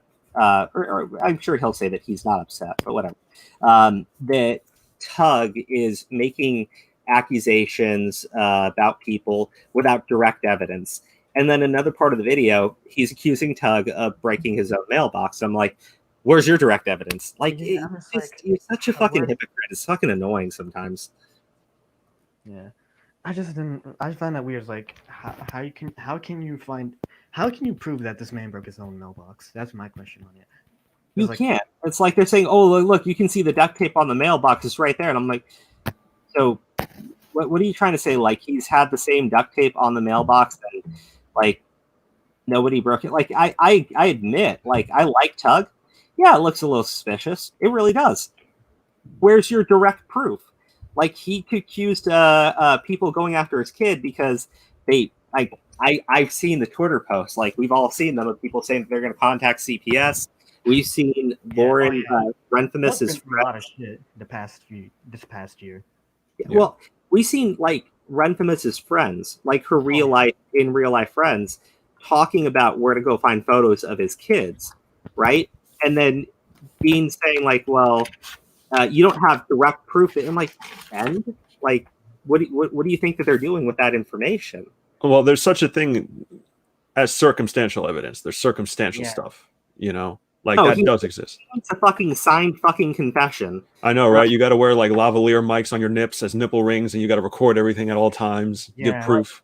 Like, it's kind of stupid that people are like, I'm not trying to insult anyone's intelligence, but you got to understand, to me, I'm looking at it and I think you're all being a little stupid when you're sitting there demanding a written fucking confession from somebody when Lauren's gone after people exactly like this before. Lauren Renthemus. She's gone after people. She's done this before. She's targeted people's families before.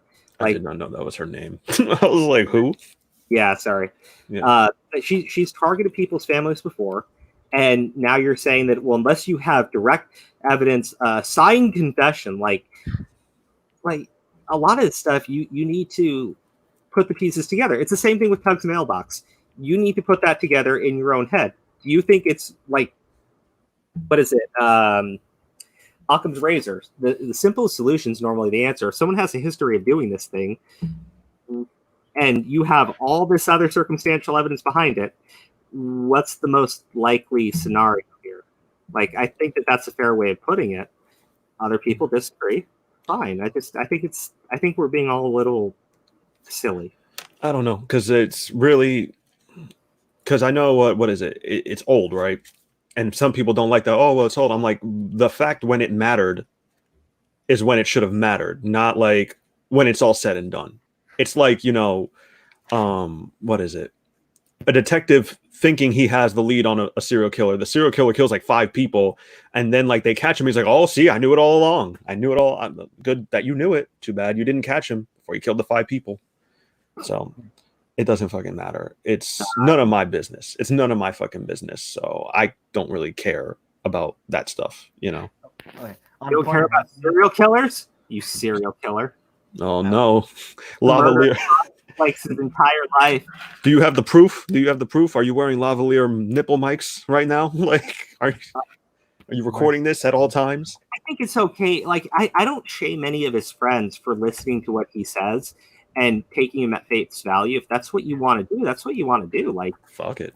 I get it. He's someone that you think is trustworthy. That's perfectly fine. Mm-hmm. But if you want to play the where's your evidence, be prepared to always show up with a signed fucking confession from anyone that you are ever going to make an act. Like, before any of you ever bring up the Tug mailbox, I want a signed fucking confession from Tug stating that he broke his own mailbox, or I want video proof of him smashing his own mailbox before you bring up his fucking mailbox. I want satellite footage of him smashing it. Oh yeah, and let's keep everyone on the same fucking playing field, or let's shut up and let's go ahead and say sometimes you can make a speculation. Sometimes people can form an opinion on something. that is what it is. You're never going to be able to convince everybody of everything, but like, I think we're like, I think people just get like really, really, really idiotic about the way that they're willing to go towards certain things. And that's not to say like everyone's an idiot. I just mean like people get into groups, and in those groups, they're willing to just listen to what the group is saying, and they don't question it. Like people don't like EVS, Ethan Van Sciver, right? I think that's fine. Like I don't think you have to like the guy. But you know, speaking of like EVS and everything, my little brother is taking shots at EVS, and I think he said at one point like EVS has terrible artwork, and I'm like, buddy, how does he? Okay, this is my always counter argument. yeah. Anyone who says that their art is trash or anything, I was like, okay. Well, Should I mean, you do better art than that? well, first off, art's subjective, right? Yeah. I know he's just taking a shot at the guy. Like, art is subjective, whatever. But, like, you don't read comic books. I'm not saying that as, like, a dig. I mean, like, you don't like comic books. I tried to explain Infinity Saga to you, and you were, like, toning me out and saying you didn't want to hear about that nerd shit. Like, you like the Marvel movies, which is fine. I like them. Oh, he's that kind of guy. Yeah, like yeah. So, like, people, like he's dragging people for the comics that they make, and at the same time, he's never actually read a comic book. I'm like, okay, now that's just like that's sad. You're a comic fan that doesn't read comics, basically. I just like, and then what is it? Because to touch up on the Ethan Van Sciver thing, because like, what is it? I like Ethan Van Sciver and Doug TenNapel, and I support them both. You know, Yeah, I don't just like Nick does. Yeah, you know, like what is it? I just invested in what is it? What the hell is it called? Bigfoot Bill Volume 2, because Bigfoot Bill Volume 1 was fucking great, you know. So like I invest in both of them because I like both their work, you know. Just because these two are on opposing sides or they're not, you know, they're not good doesn't mean you can't fucking support them both, you know. Mhm. If their art speaks to you, if you like the art, if you like the stories, like go for it. So I don't know why it's become so trivial. You know, why people always decide they got to pick sides and shit. Yeah, it's annoying. Yeah. well, I mean, like my thing with Dean is I remember when when Doug TenNapel went on to Mercatus stream, and he was like, "Who is this guy?" Yeah, that's the guy who created Earthworm Jim. John's in the chat, by the way. Oh, hey, John. Jonas Like, you get what I mean? Like if you legitimately, like, I remember when my little brother was sucking Tug off, and he remember when he would like send us the Discord chats, and he'd be like, "Tug liked my tweet. I'm so excited!" Like, I remember that kid. Mhm. But like, Well, he basically over exaggerated everything. yeah, and now you're doing the I'm anti-Tug. Like, no, it's just you're hanging with a group that doesn't like him, and they got you taking shots at him for them because none of them have the balls to do it on their own. Like, it's okay. Like, if you want to be everyone's bitch, like, go for it. Crow. Oh. Yeah, like now I'm taking shots too. Crow. But like my point there was, if you don't read comics, right? If you don't find any enjoyment in comics, why are you going to suddenly jump around with all these anti-comics book people and like proclaim that people in Comicsgate are bad when you know literally nothing of the situation? You've never bought a comic, you've never supported a comic, you don't know who does what. Like, you don't know your, I don't know, you don't know your fucking X-Men from your fucking Justice League. Like, this is. Oh, is that bad? Well, I mean, like, he watches the cartoons and stuff, which, I mean, like, we all do. Yeah. And I think it's fine for him to be the type of fan that he is. Like, you know, comic books, I don't think that they are for everyone. By that, I mean, it's not like based on race. I mean, I just think like certain people are just not going to find comic books enjoyable. Certain people don't like to read generally, like anything. So certain people can't read, like my brother. That was a cheap shot. That was all right, a shot. I admit it. Okay, whatever. Yeah. Just get it out because come on, man. I own it. I took a cheap shot. Okay. Oh yeah. By the way, speaking of Comically, right? So I'm actually on a Comics Explained Discord, right? It's because Comics Explained is one of the 3 comic book YouTubers I watch. So I was in chat like last week with a few people on that server, right? And the funny thing is, no one knew what Comicsgate was. No one knew what it was. And then I brought up the Mark Wade versus Richard Meyer lawsuit, and no one knew what that was too. So I was really surprised by that. I was like, really? None of you guys know what this is? It went under the radar for me too. Yeah, I was like, but I was like, coming from like those big people, like the big comic book YouTubers, you think they at least know something about it, but just don't bother speaking about it at all because they just don't want to get into it. But I'm just like, okay, but I was just kind of surprised. But I basically just explained the notion. I was just gonna say I don't have any shame towards Comics Explained for not talking about Comicsgate on his Oh channel. yeah. But if you talk to some of the biggest fans of that channel, and I know the channel you're talking about because I watch the videos too, I find them pretty entertaining. Me too. The fans of that channel, for the most part, also don't really read comics either. They watch the videos so they can understand the stories because they don't want to read through the actual comics. And some of that makes sense. Like, I think it's a total fucking mindfuck. Oh gosh, I'm blanking so hard on the name right now. Not Infinity Saga, the DC Crisis on Infinite Earths. Oh, Try to fucking read that. Try. Oh yeah. It's also like trying to read Clone Saga as well. That's like There's a lot of shit there, and you're just not gonna fucking get it. yeah, it's like yeah, that is one thing I will say about comic book stories in the past.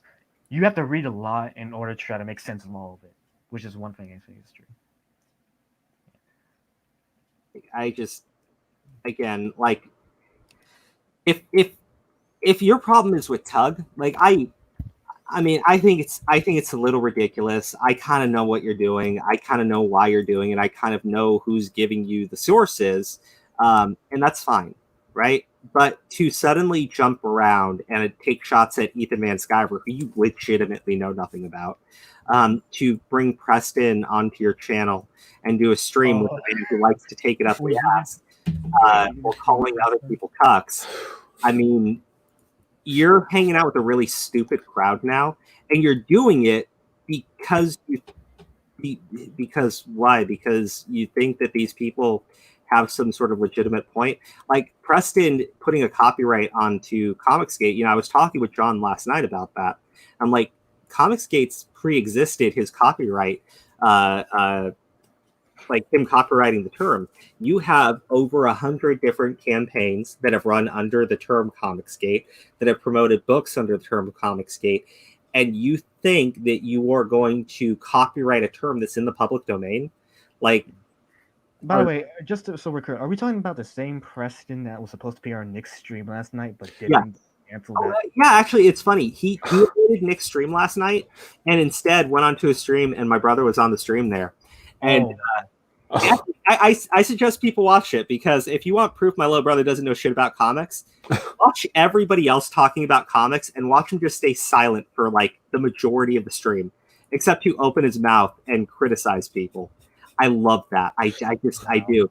Like, Preston's thing is, it's totally okay if you want to say I'm anti-Comicsgate. I think these people are assholes. If they want to, pull up the fact that you've got a public porn persona where you legitimately take it up the ass, I mean, you teach their own. Teach their own. Well, I think it's funny. I think it's funny. I mean, this dude didn't go onto Nick's stream because Ethan Van Sciver, there's litigation shit. He can't talk about Ethan Van Sciver. He's been stalking and harassing him. He goes onto this other show and talks shit about Ethan Van Sciver because that makes sense, right? This guy goes around calling people cucks while he takes up the ass and helps by holding his wife's hair, or whoever the fuck that is. Yeah, I was gonna say, the other reason is that he didn't go on Nick's stream because he knew Nick and Drexel would probably destroy his roast his ass. That stream got like 2,000 people looking at it, where the other one got maybe 100 or so. I don't even fucking know. Yeah, it was something like that. But yeah. I thought it was cute. I thought it was really cute. It's really cute. I jumped into the chat there because John had told me about it, and I was like watching it. I'm like reading the comments, and you have three groups. The smallest group are the people supporting them, right? The largest group are the people there to troll them, and then you have another group that are trying to make like legitimate points. Like, I put out a tweet. I put out like a post to them, and I was like, Comicsgate has existed before Preston tried to put a copyright onto it. And how are you going to copyright something that's in the public domain? You can try, But the moment you try, like, let's say they give you the copyright and you sue somebody for it, and all they have to do is say, hey, I've been using the terms Comic-Gate before this guy came out and put a copyright claim on it. I mean, like, why don't we all just copyright the term soap and go sue fucking the soap manufacturers for using the term soap? Like, if you think that works, like, if you think that makes sense to you, I mean, I'm sorry, you're kind of an idiot. Like, no, not kind of an idiot. You're an absolute fucking moron. Like, I just like, I thought it was really funny, but they're ignoring any comment like that. And instead, they're highlighting the people that are there to suck their dicks, and the other people are there to just troll them. And I'm like, you got people that are willing to have a conversation with you guys, and you're willing to fucking ignore it because you'd rather take the easy, low-hanging fruit. I get it. I do.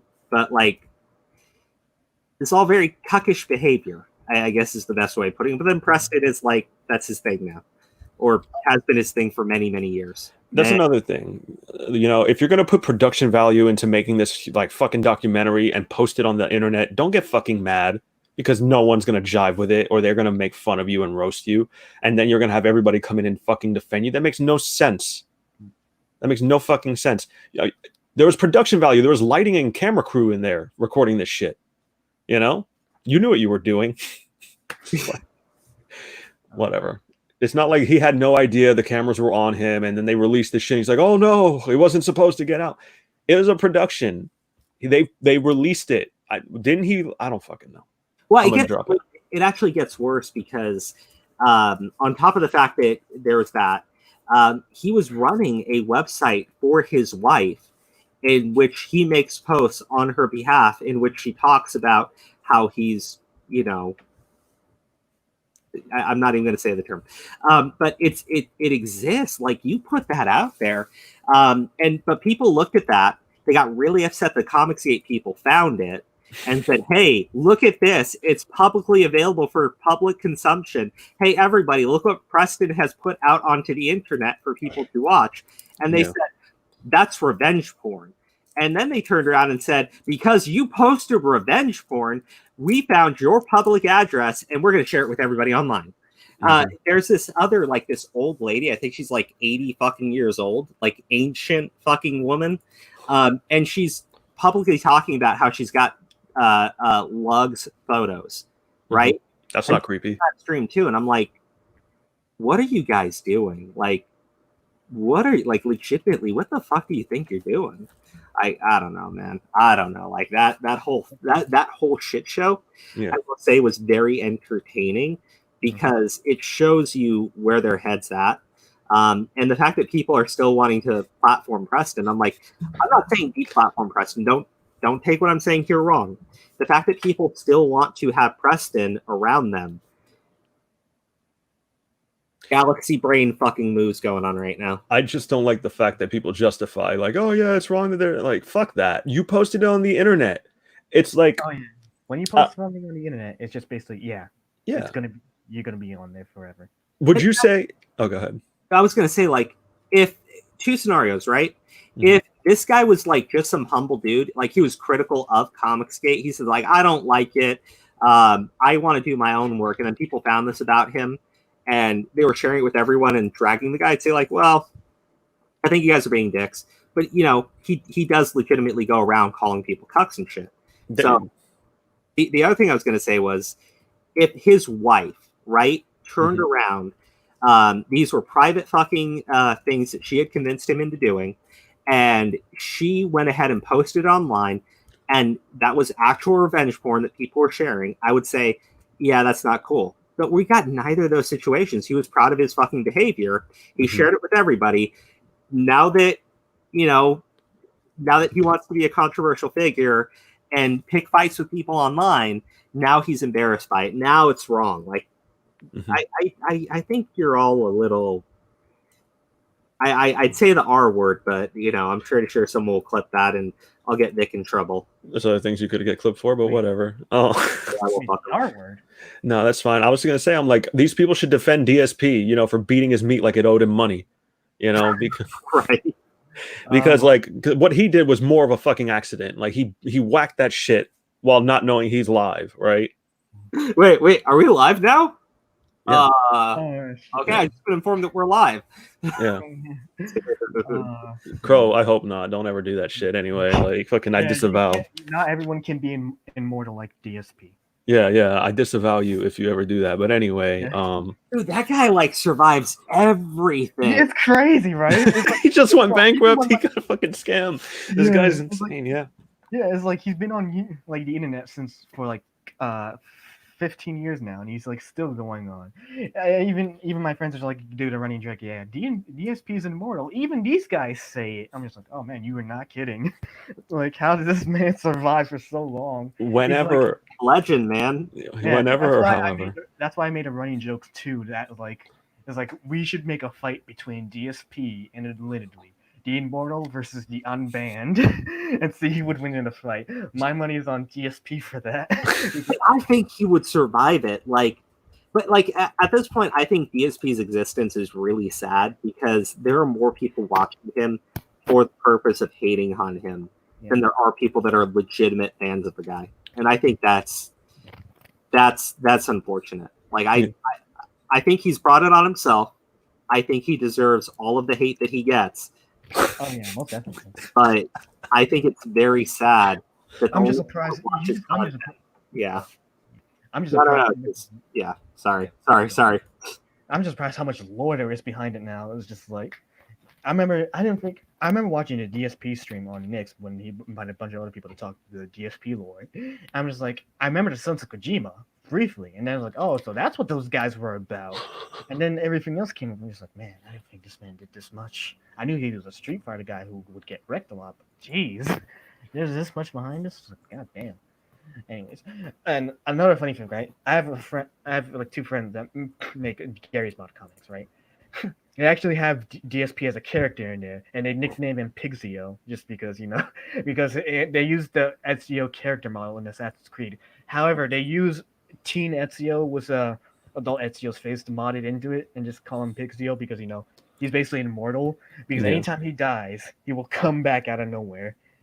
But anytime it looks like he is dead, he'll just come back. So just the whole running meme gap where you have DSPs and immortal. I'm just like, it's pretty funny. He survived whacking off on stream. I don't think anybody else could do that.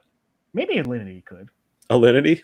Maybe. Yeah. Oh. Yeah. But people like Should get a 1-day suspension at least. people would pay to see You that. can't get permanently banned though. Oh yeah, Crow's right. Didn't think about that. Wait, what'd you say? See that. That's the problem. You got like I didn't hear you. What'd you say? I said people would want to see that. Like Oh yeah, you're right. a whole army of simps that would literally die after watching that because that is the closest that they will ever get to an actual pussy. Jesus Christ, Crow. Like, That's true. I mean, he's probably not wrong, though. Find the goddamn lie that I just said, Aura. I'm not. No, I he's don't probably care. not wrong though. Yeah, I don't care regardless. Like, chill out. It's gonna be 2:00. Vic, do you have any more questions? Not. I do, but we could probably save that for part 2 since we went on like several different tangents for this time period. Apparently. Anyway, like Pretty serious, buddy. going back with the Crows of Judgment now. Yeah, we could. Yeah, that could be a thing. Just like I wouldn't mind doing like streams time to time to ask you guys these questions. Making a podcast. The lightning in the crows, which is like that's just like that's a terrible name. But, No, I like that. Yeah. Aura, take his name from him. What? I'm not doing that. Like, this guy, he commands me like that. I demand it. Yeah. I By the way, command I it. will say though, on the touch of Comicsgate, my viewpoint is for that is just basically the whole thing was this. I don't like the idea of killing creativity, no matter how much you disagree with someone's viewpoint.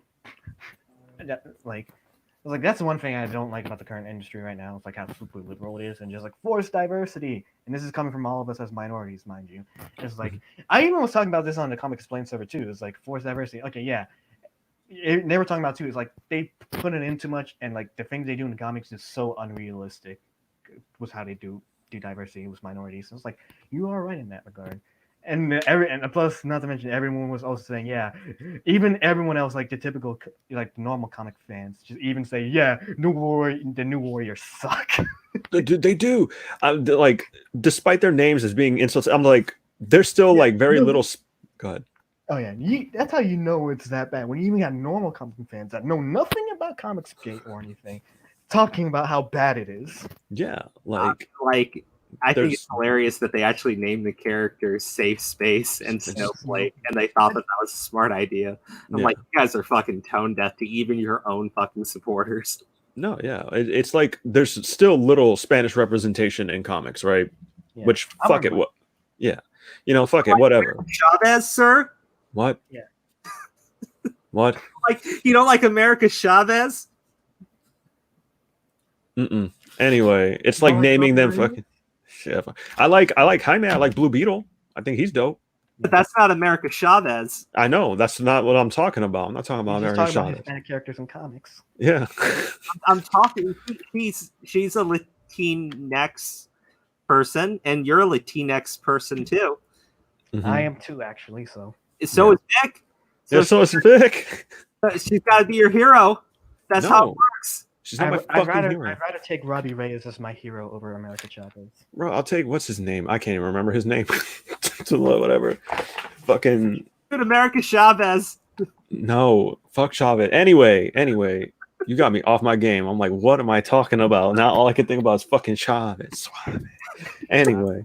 So, Suavemente, besame. Anyway, fuck it. I digress on everything. Like I can't remember anything I was talking about.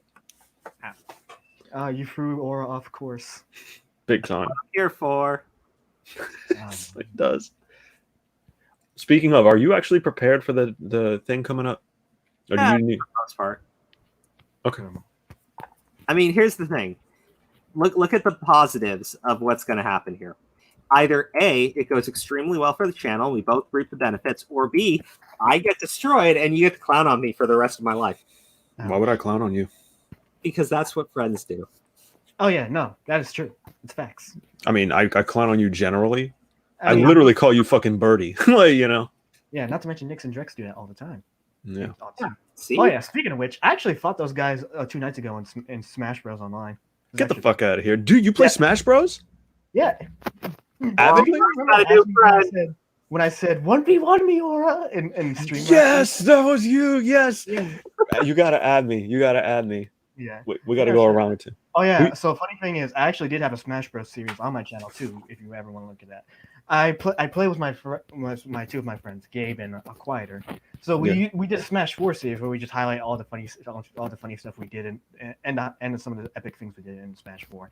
We tried to do that in Ultimate, but it didn't.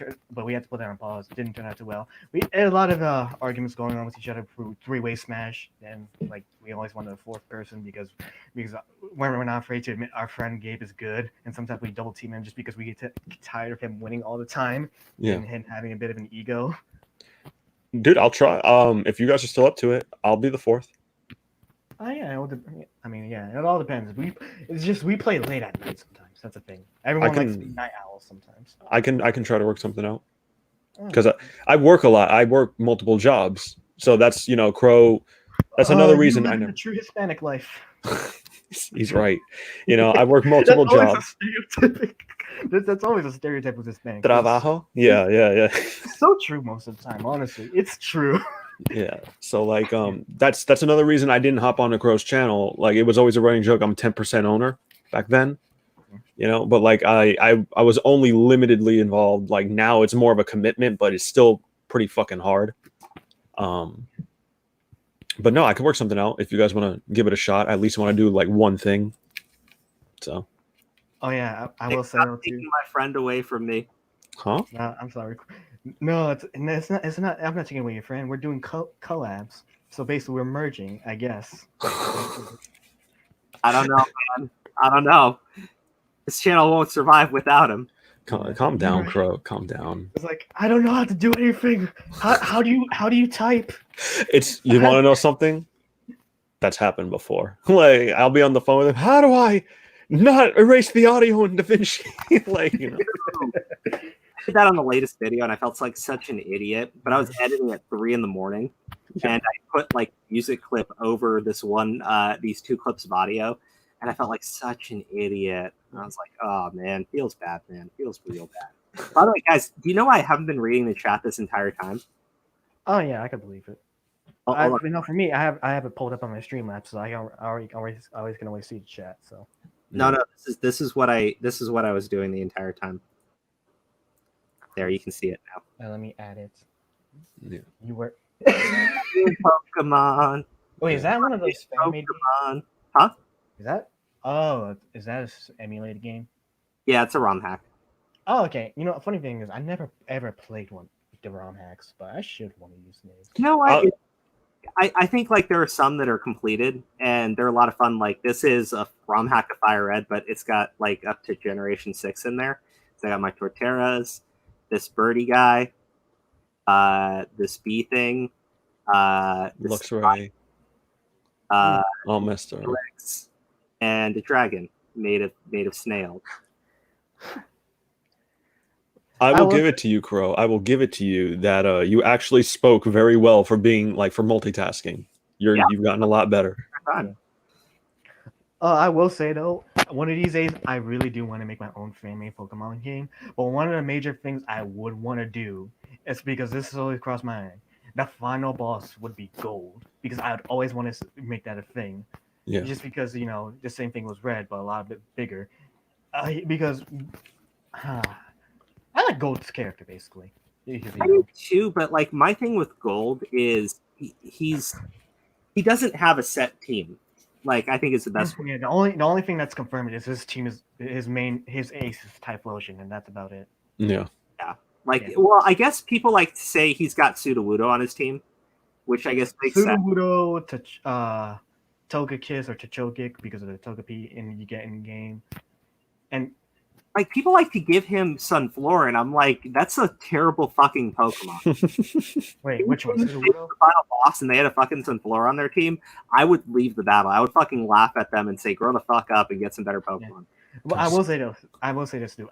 If I would have made that the final boss, I would put Suicune in his team just to make it out of nowhere for him to have a legendary because I think that would just be awesome to do. Yeah. I think he should have. Doesn't Gold have Raikou and Crystal has Suicune? Or am I making that up?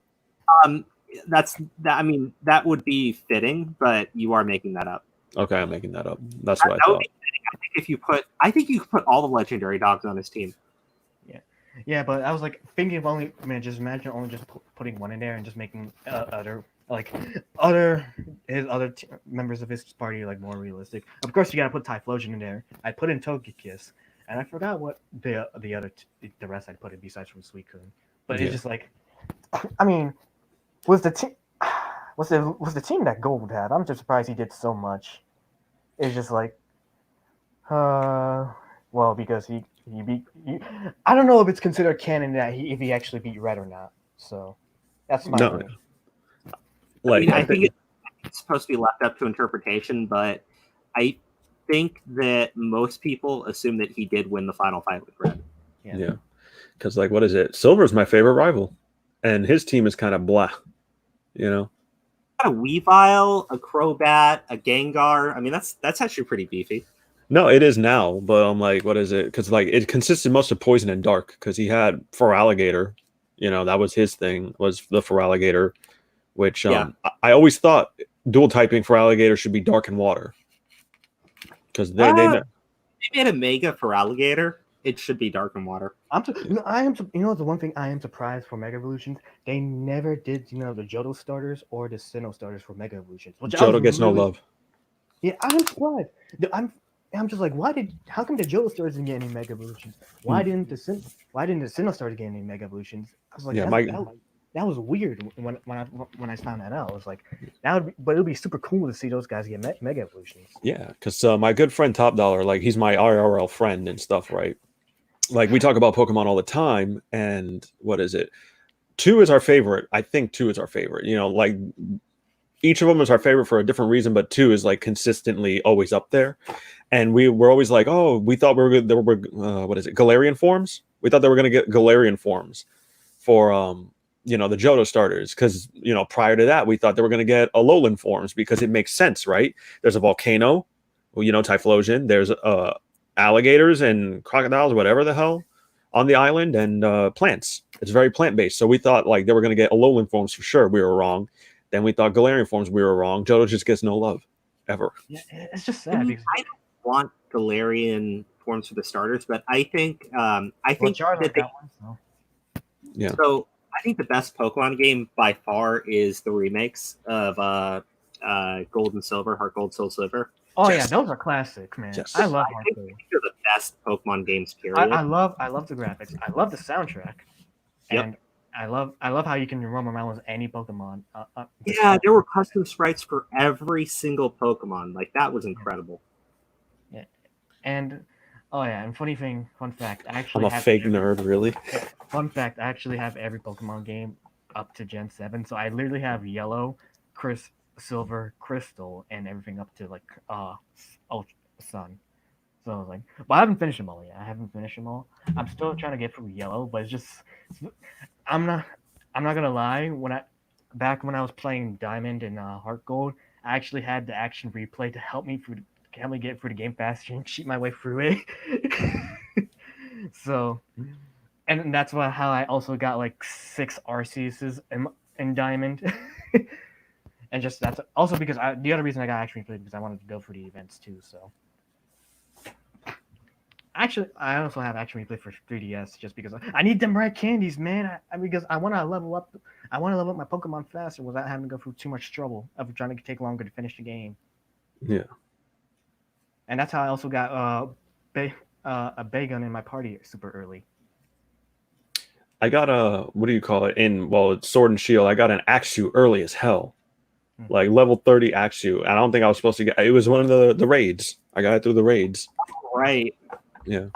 Actually, let me see who's my team on Sword and Shield right now because I got the game pulled up. Yeah, and so far I just don't have Gen 8 yet because I'm playing for my library of other games, especially on my PS4. So I transferred Pokemon from my Ultra Sun and Moon team, and I'm waiting for Raikou to get released because I have a shiny Raikou. But I have Incineroar, Shiny Blastoise, Grimmsnarl, Red Gyarados, Rotom, and Obstagoon. Oh wow. Obstagoon. Oh yeah. I also used action replay to get myself a shiny Lycanroc because I like blue. Because I like Rock. Gotcha. That was a cool pun. Yeah.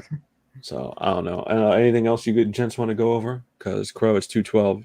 Oh You yeah, don't need. you have under an hour to get ready, but I just want to. I mean, I could save majority of the stuff for part 2 when we can do that because I think I don't want to take up too much other time. I mean, I did like the time span we did have, but it's just like most of the tangents we had. I didn't get for every question we could go through though, so that's the only disappointing part. But part 2 would be fun to do that. Yeah. Considering there's a lot more in-depth stuff I want to go over, and and before I forget, because I want to mention this now, y'all don't get enough credit that you deserve for getting some of the guests you had on your live streams in the past. I said that. I told Broly that too when Thank I you. on, so, because you got actual voice actors and you got the granddaughter of the third creator of Batman on your stream. I was like, oh my god, that's so underrated. Yes. It was a good one. I gotta thank Sushi for that because she was the one who put us in touch with the person, which is really cool. Yeah. Like, I would love to do that sometime in the future too. I thought of one time. I'm thinking if I could try to bring, because I want to try to do that too with one of these voice actors because I want to bring on Rachel Messer on. Like if you could pick a voice actor to interview, who would it be? Oh, that's a good one. Okay, besides from Rachel Messer because of the whole Suzy Liu thing. Because I'd be interested in to hear more of her viewpoints and the questions I would ask her for being a voice actor in the anime industry and other stuff. I think it'd be interesting to hear. Also, so the voice actor I'd bring on the interview. Oh, I'd bring on Erica Harlicker because she's one of the very few voice actors I've met and I've grown to like a lot. Mainly because also she gave me a birthday shout out and I posted it on my channel, so I was like, yay, life made. Yeah. If you don't know who she is, she voiced Anna in Persona 5, and so. No, yeah, that's because I was like, what is it? There's people like Troy Baker. I think he does. Troy Baker does anime and video games, right? Mostly video games. No, he does everything. Yeah. Yeah. Troy Baker. Like I didn't know he was Jetfire from Transformers War for Cybertron. I was like, from the game. I didn't know that either. Yeah, it's crazy, man.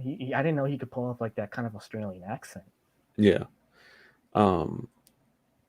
So But fun fact: the voice actors I've met in person so far, I've met Tara Strong, I've met Phil Lamar, I've met Zach Callison, who was the voice of Steven from Steven Universe, and I've met Erica Harlacher. yeah. From, those are the only voice actors I've met so far. Other than that, the only one I've met besides from that was Stephanie. I cannot pronounce her last name, but she was the voice of Claire from the Resident Evil 2 remake. The reason I met her because I was doing my friend a favor to get the top of his PS4 signed by her. So Yeah. that's about it. Those are the only voice actors I've met in person by far. But Yeah. I'm like, I can't it was remember. all great experiences. The only one I remember I met that I can recall for sure was the voice of Ursula from Little Mermaid because I just the Empire. What? Yeah. Random as fuck. Oh Yeah. yeah. And before I forget too, I also met Greg Sipes, the voice of Beast Boy from Teen Titans. He actually follows me on Twitter. Oh, that's what's up. That's what's up. Yeah, I was like, oh, cool, Beast Boy follows me. He's done other things too besides Beast Boy, and I can't. Yeah, he did Shiro from Super Robot Monkey Team Hyperforce Go. Mhm. Yeah, the longest title for a kids show ever. Yeah. Yep. And he also did I forget which one. Oh yeah, he did Iron Fist in the Ultimate Spider-Man series, which I don't get why it gets so much hate. I actually like that show. And He did do Iron Fist. I remember that voice. Okay. you just gotta remember, the Surfer Wild Stallion voice. That's how you know it's Greg Sipes. Yeah. He did something that I can't remember what the hell it is, and it's like it's bothering me. I'm pretty. Well, actually, man, I forgot what it is too. Actually, he might have done something else. I know he did a few other things. I just can't think of it at the top of my head without pulling up his autograph. Yeah. So That's the ones I have. Those are the voice actors I've met so far. Yeah. Just to point out. Can I get a spoiler for one of the questions you would have asked?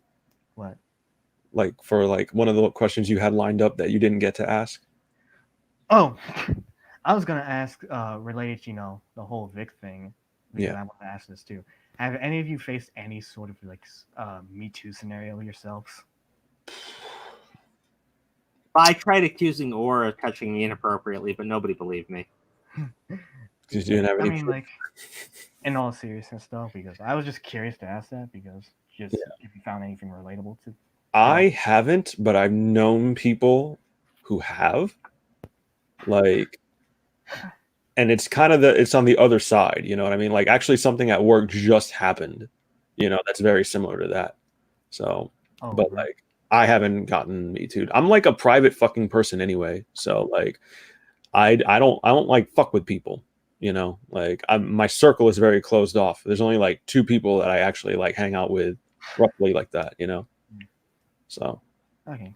But I've got some fucking stories and I know some shit. Oh yeah, I could imagine. What about you, Crow? Not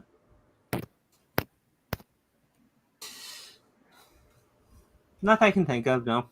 I mean, I'm sure that someone's probably told me a story once before, and I'm just blanking on it right now. You're playing fucking Pokemon. You're not focusing. You shame me. Yeah. So, yeah, and I asked because I remember when Broly shared his story like that when I had him on. Yeah, so, I remember that one. Yeah. I remember that one. Yeah, because it takes me back because I can also relate with Vic a little bit too because back in my freshman year of college, I will tell this story again because I feel like this is why I just relate with Vic a little bit. So back in my freshman year of college, the dorm I lived in majority of us knew each other, community, right? So we were we were chilling with each other. So it's actually a big community there. So it was a bit small. So, but however, when the new semester came around, we saw new people coming. I was like, there was a new girl around, being nice, yada yada. She was my friends on the lobby floor chilling, and then she comes around and we introduce ourselves. I was okay. So I'm 50-50. I like to sometimes be a people person, sometimes I can't, just depending on how the vibes I get off a person, which is a bit weird. But anyways, she said, I jokingly talking about jokingly hugging her, and she's like, "Don't hug me," anything. I joke, and then I did it anyway, jokingly doing it out of nowhere. But it's next thing you know, after she freaks out and just oh crap. I try to apologize, like she freaks out, but after that she lets go a little bit. However, then I mentioned the stuff my friend said a few days later, talking about how they think she's an attention slut, which Yeah. is probably a stupid thing for me to do, honestly, too. Yeah, yeah, but then and then next thing I know, another few days go by, and I see and I did get, the police come to my door and is asking, "Hey, did you hug her?" It was like, "Yeah," but I was like, "Yeah." So it just let you know that was technically a crime, but yada yada. Just don't do it again. Don't talk to her. I was like, okay, fine. I'll leave her alone. She's man. And then I had to go. Then I had to go to Title IX about it.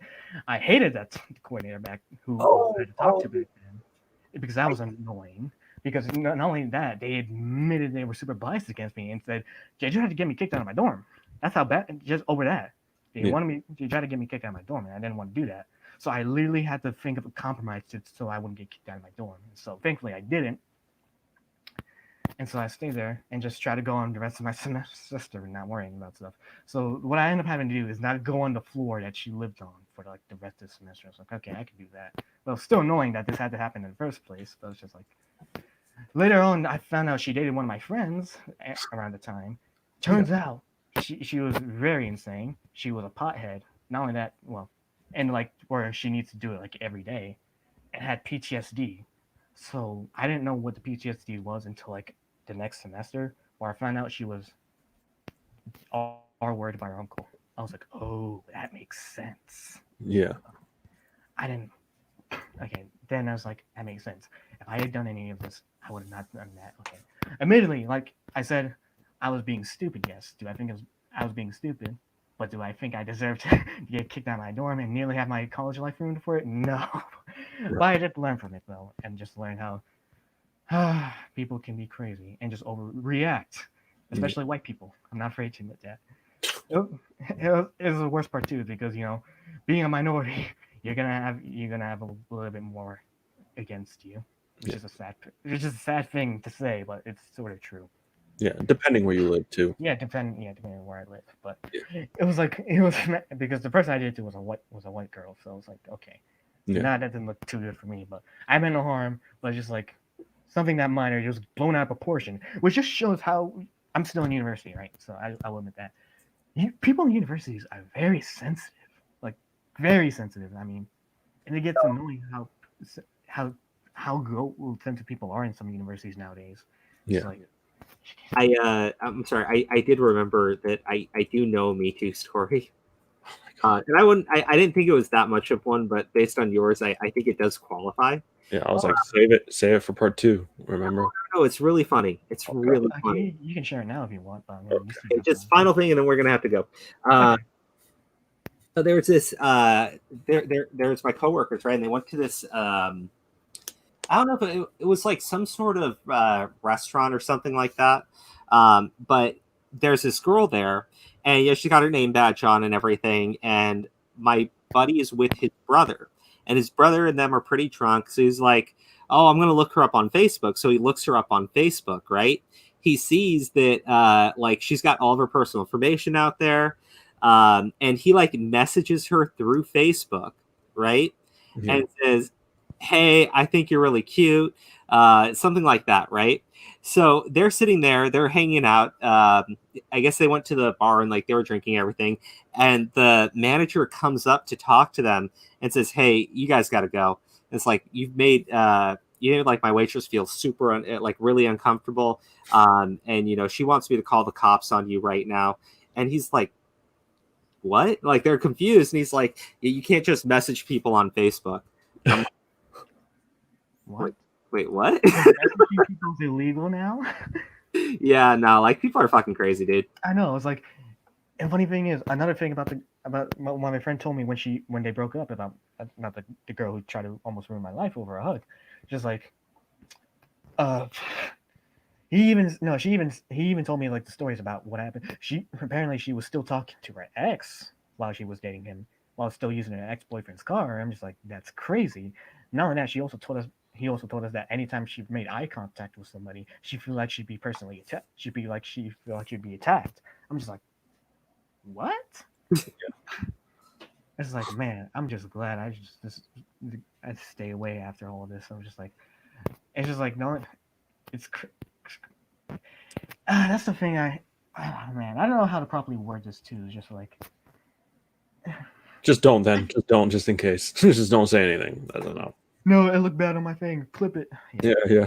No, it's just crazy how the minorest things now can be considered like sexual harassment and stuff. Like touching your shoulder, that's sexual harassment. I was like, how? Yeah.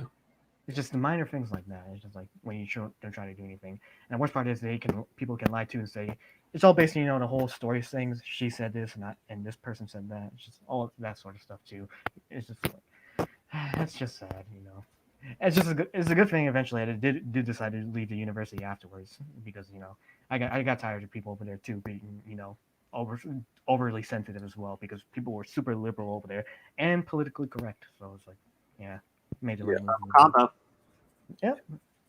Okay. Oh shoot. Okay. Hey, we got to go because we're doing that debate with Breakthrough Gaming at 3.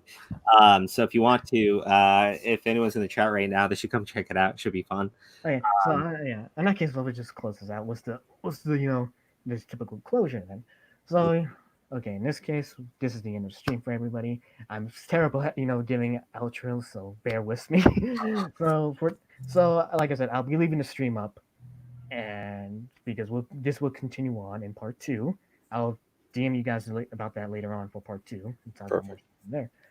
And like I said before, well, crap. Like this is like I said, I'm bad at outros. So thanks for being on with me, guys. I really want to have you guys on. Thanks for the invite. It was an honor. Yeah, no problem. I'd love to have you guys on in the future, like I said, which is going to happen. And I'm trying to do this, like I said, later on too with other guests eventually. Yeah. It just depends on my consistency. Oh yeah, and another thing too, on my behalf, on everyone's behalf, I will be buying The Last of Us 2 to play through because my friends want me. I told them I'd play through, so they don't have to buy it. So I will literally be suffering on everyone's behalf. So They should I will be streaming. I'll be streaming it too. So tune in for that when that happens. So I'm just saying, I will literally be suffering on everyone's behalf to play that game. So. Gotcha. Well, I was like, tell them to pitch in to help you buy it. Fuck that. Like, all right. No, I was like, it's no worries. Like, I can afford it anyway, so it's like, I got you. But if you want to go check out their, if you don't know Crows of Judgment for anyone not watching from their channel, go check them out. They're great. It's Crows of Judgment. Right now, they're also chronicling the chronicles of Jimmy James Soroka as Little Jimmy. Yeah. It's insane shit's actually been going on, so we might have to touch up on that, Crow, to be honest with you. We do. Yeah. Well, in any case, that's all I have to say for now. And any last thoughts from you guys? Yeah, well, thanks for having us on. Thank you for being my therapist for the day. Yeah, you haven't been the first person I had to do this with. Crow, yeah, he kind of, I guess it needed to happen. Fuck it. Vented a lot, actually. Yeah, I need 3 sessions a week, actually. I can't pay you any money, but I can give you the sandwiches that I owe Aura. So You'll never get them. All right. Yeah. But no, I appreciate you having us on. So I thank you for that. Thank you.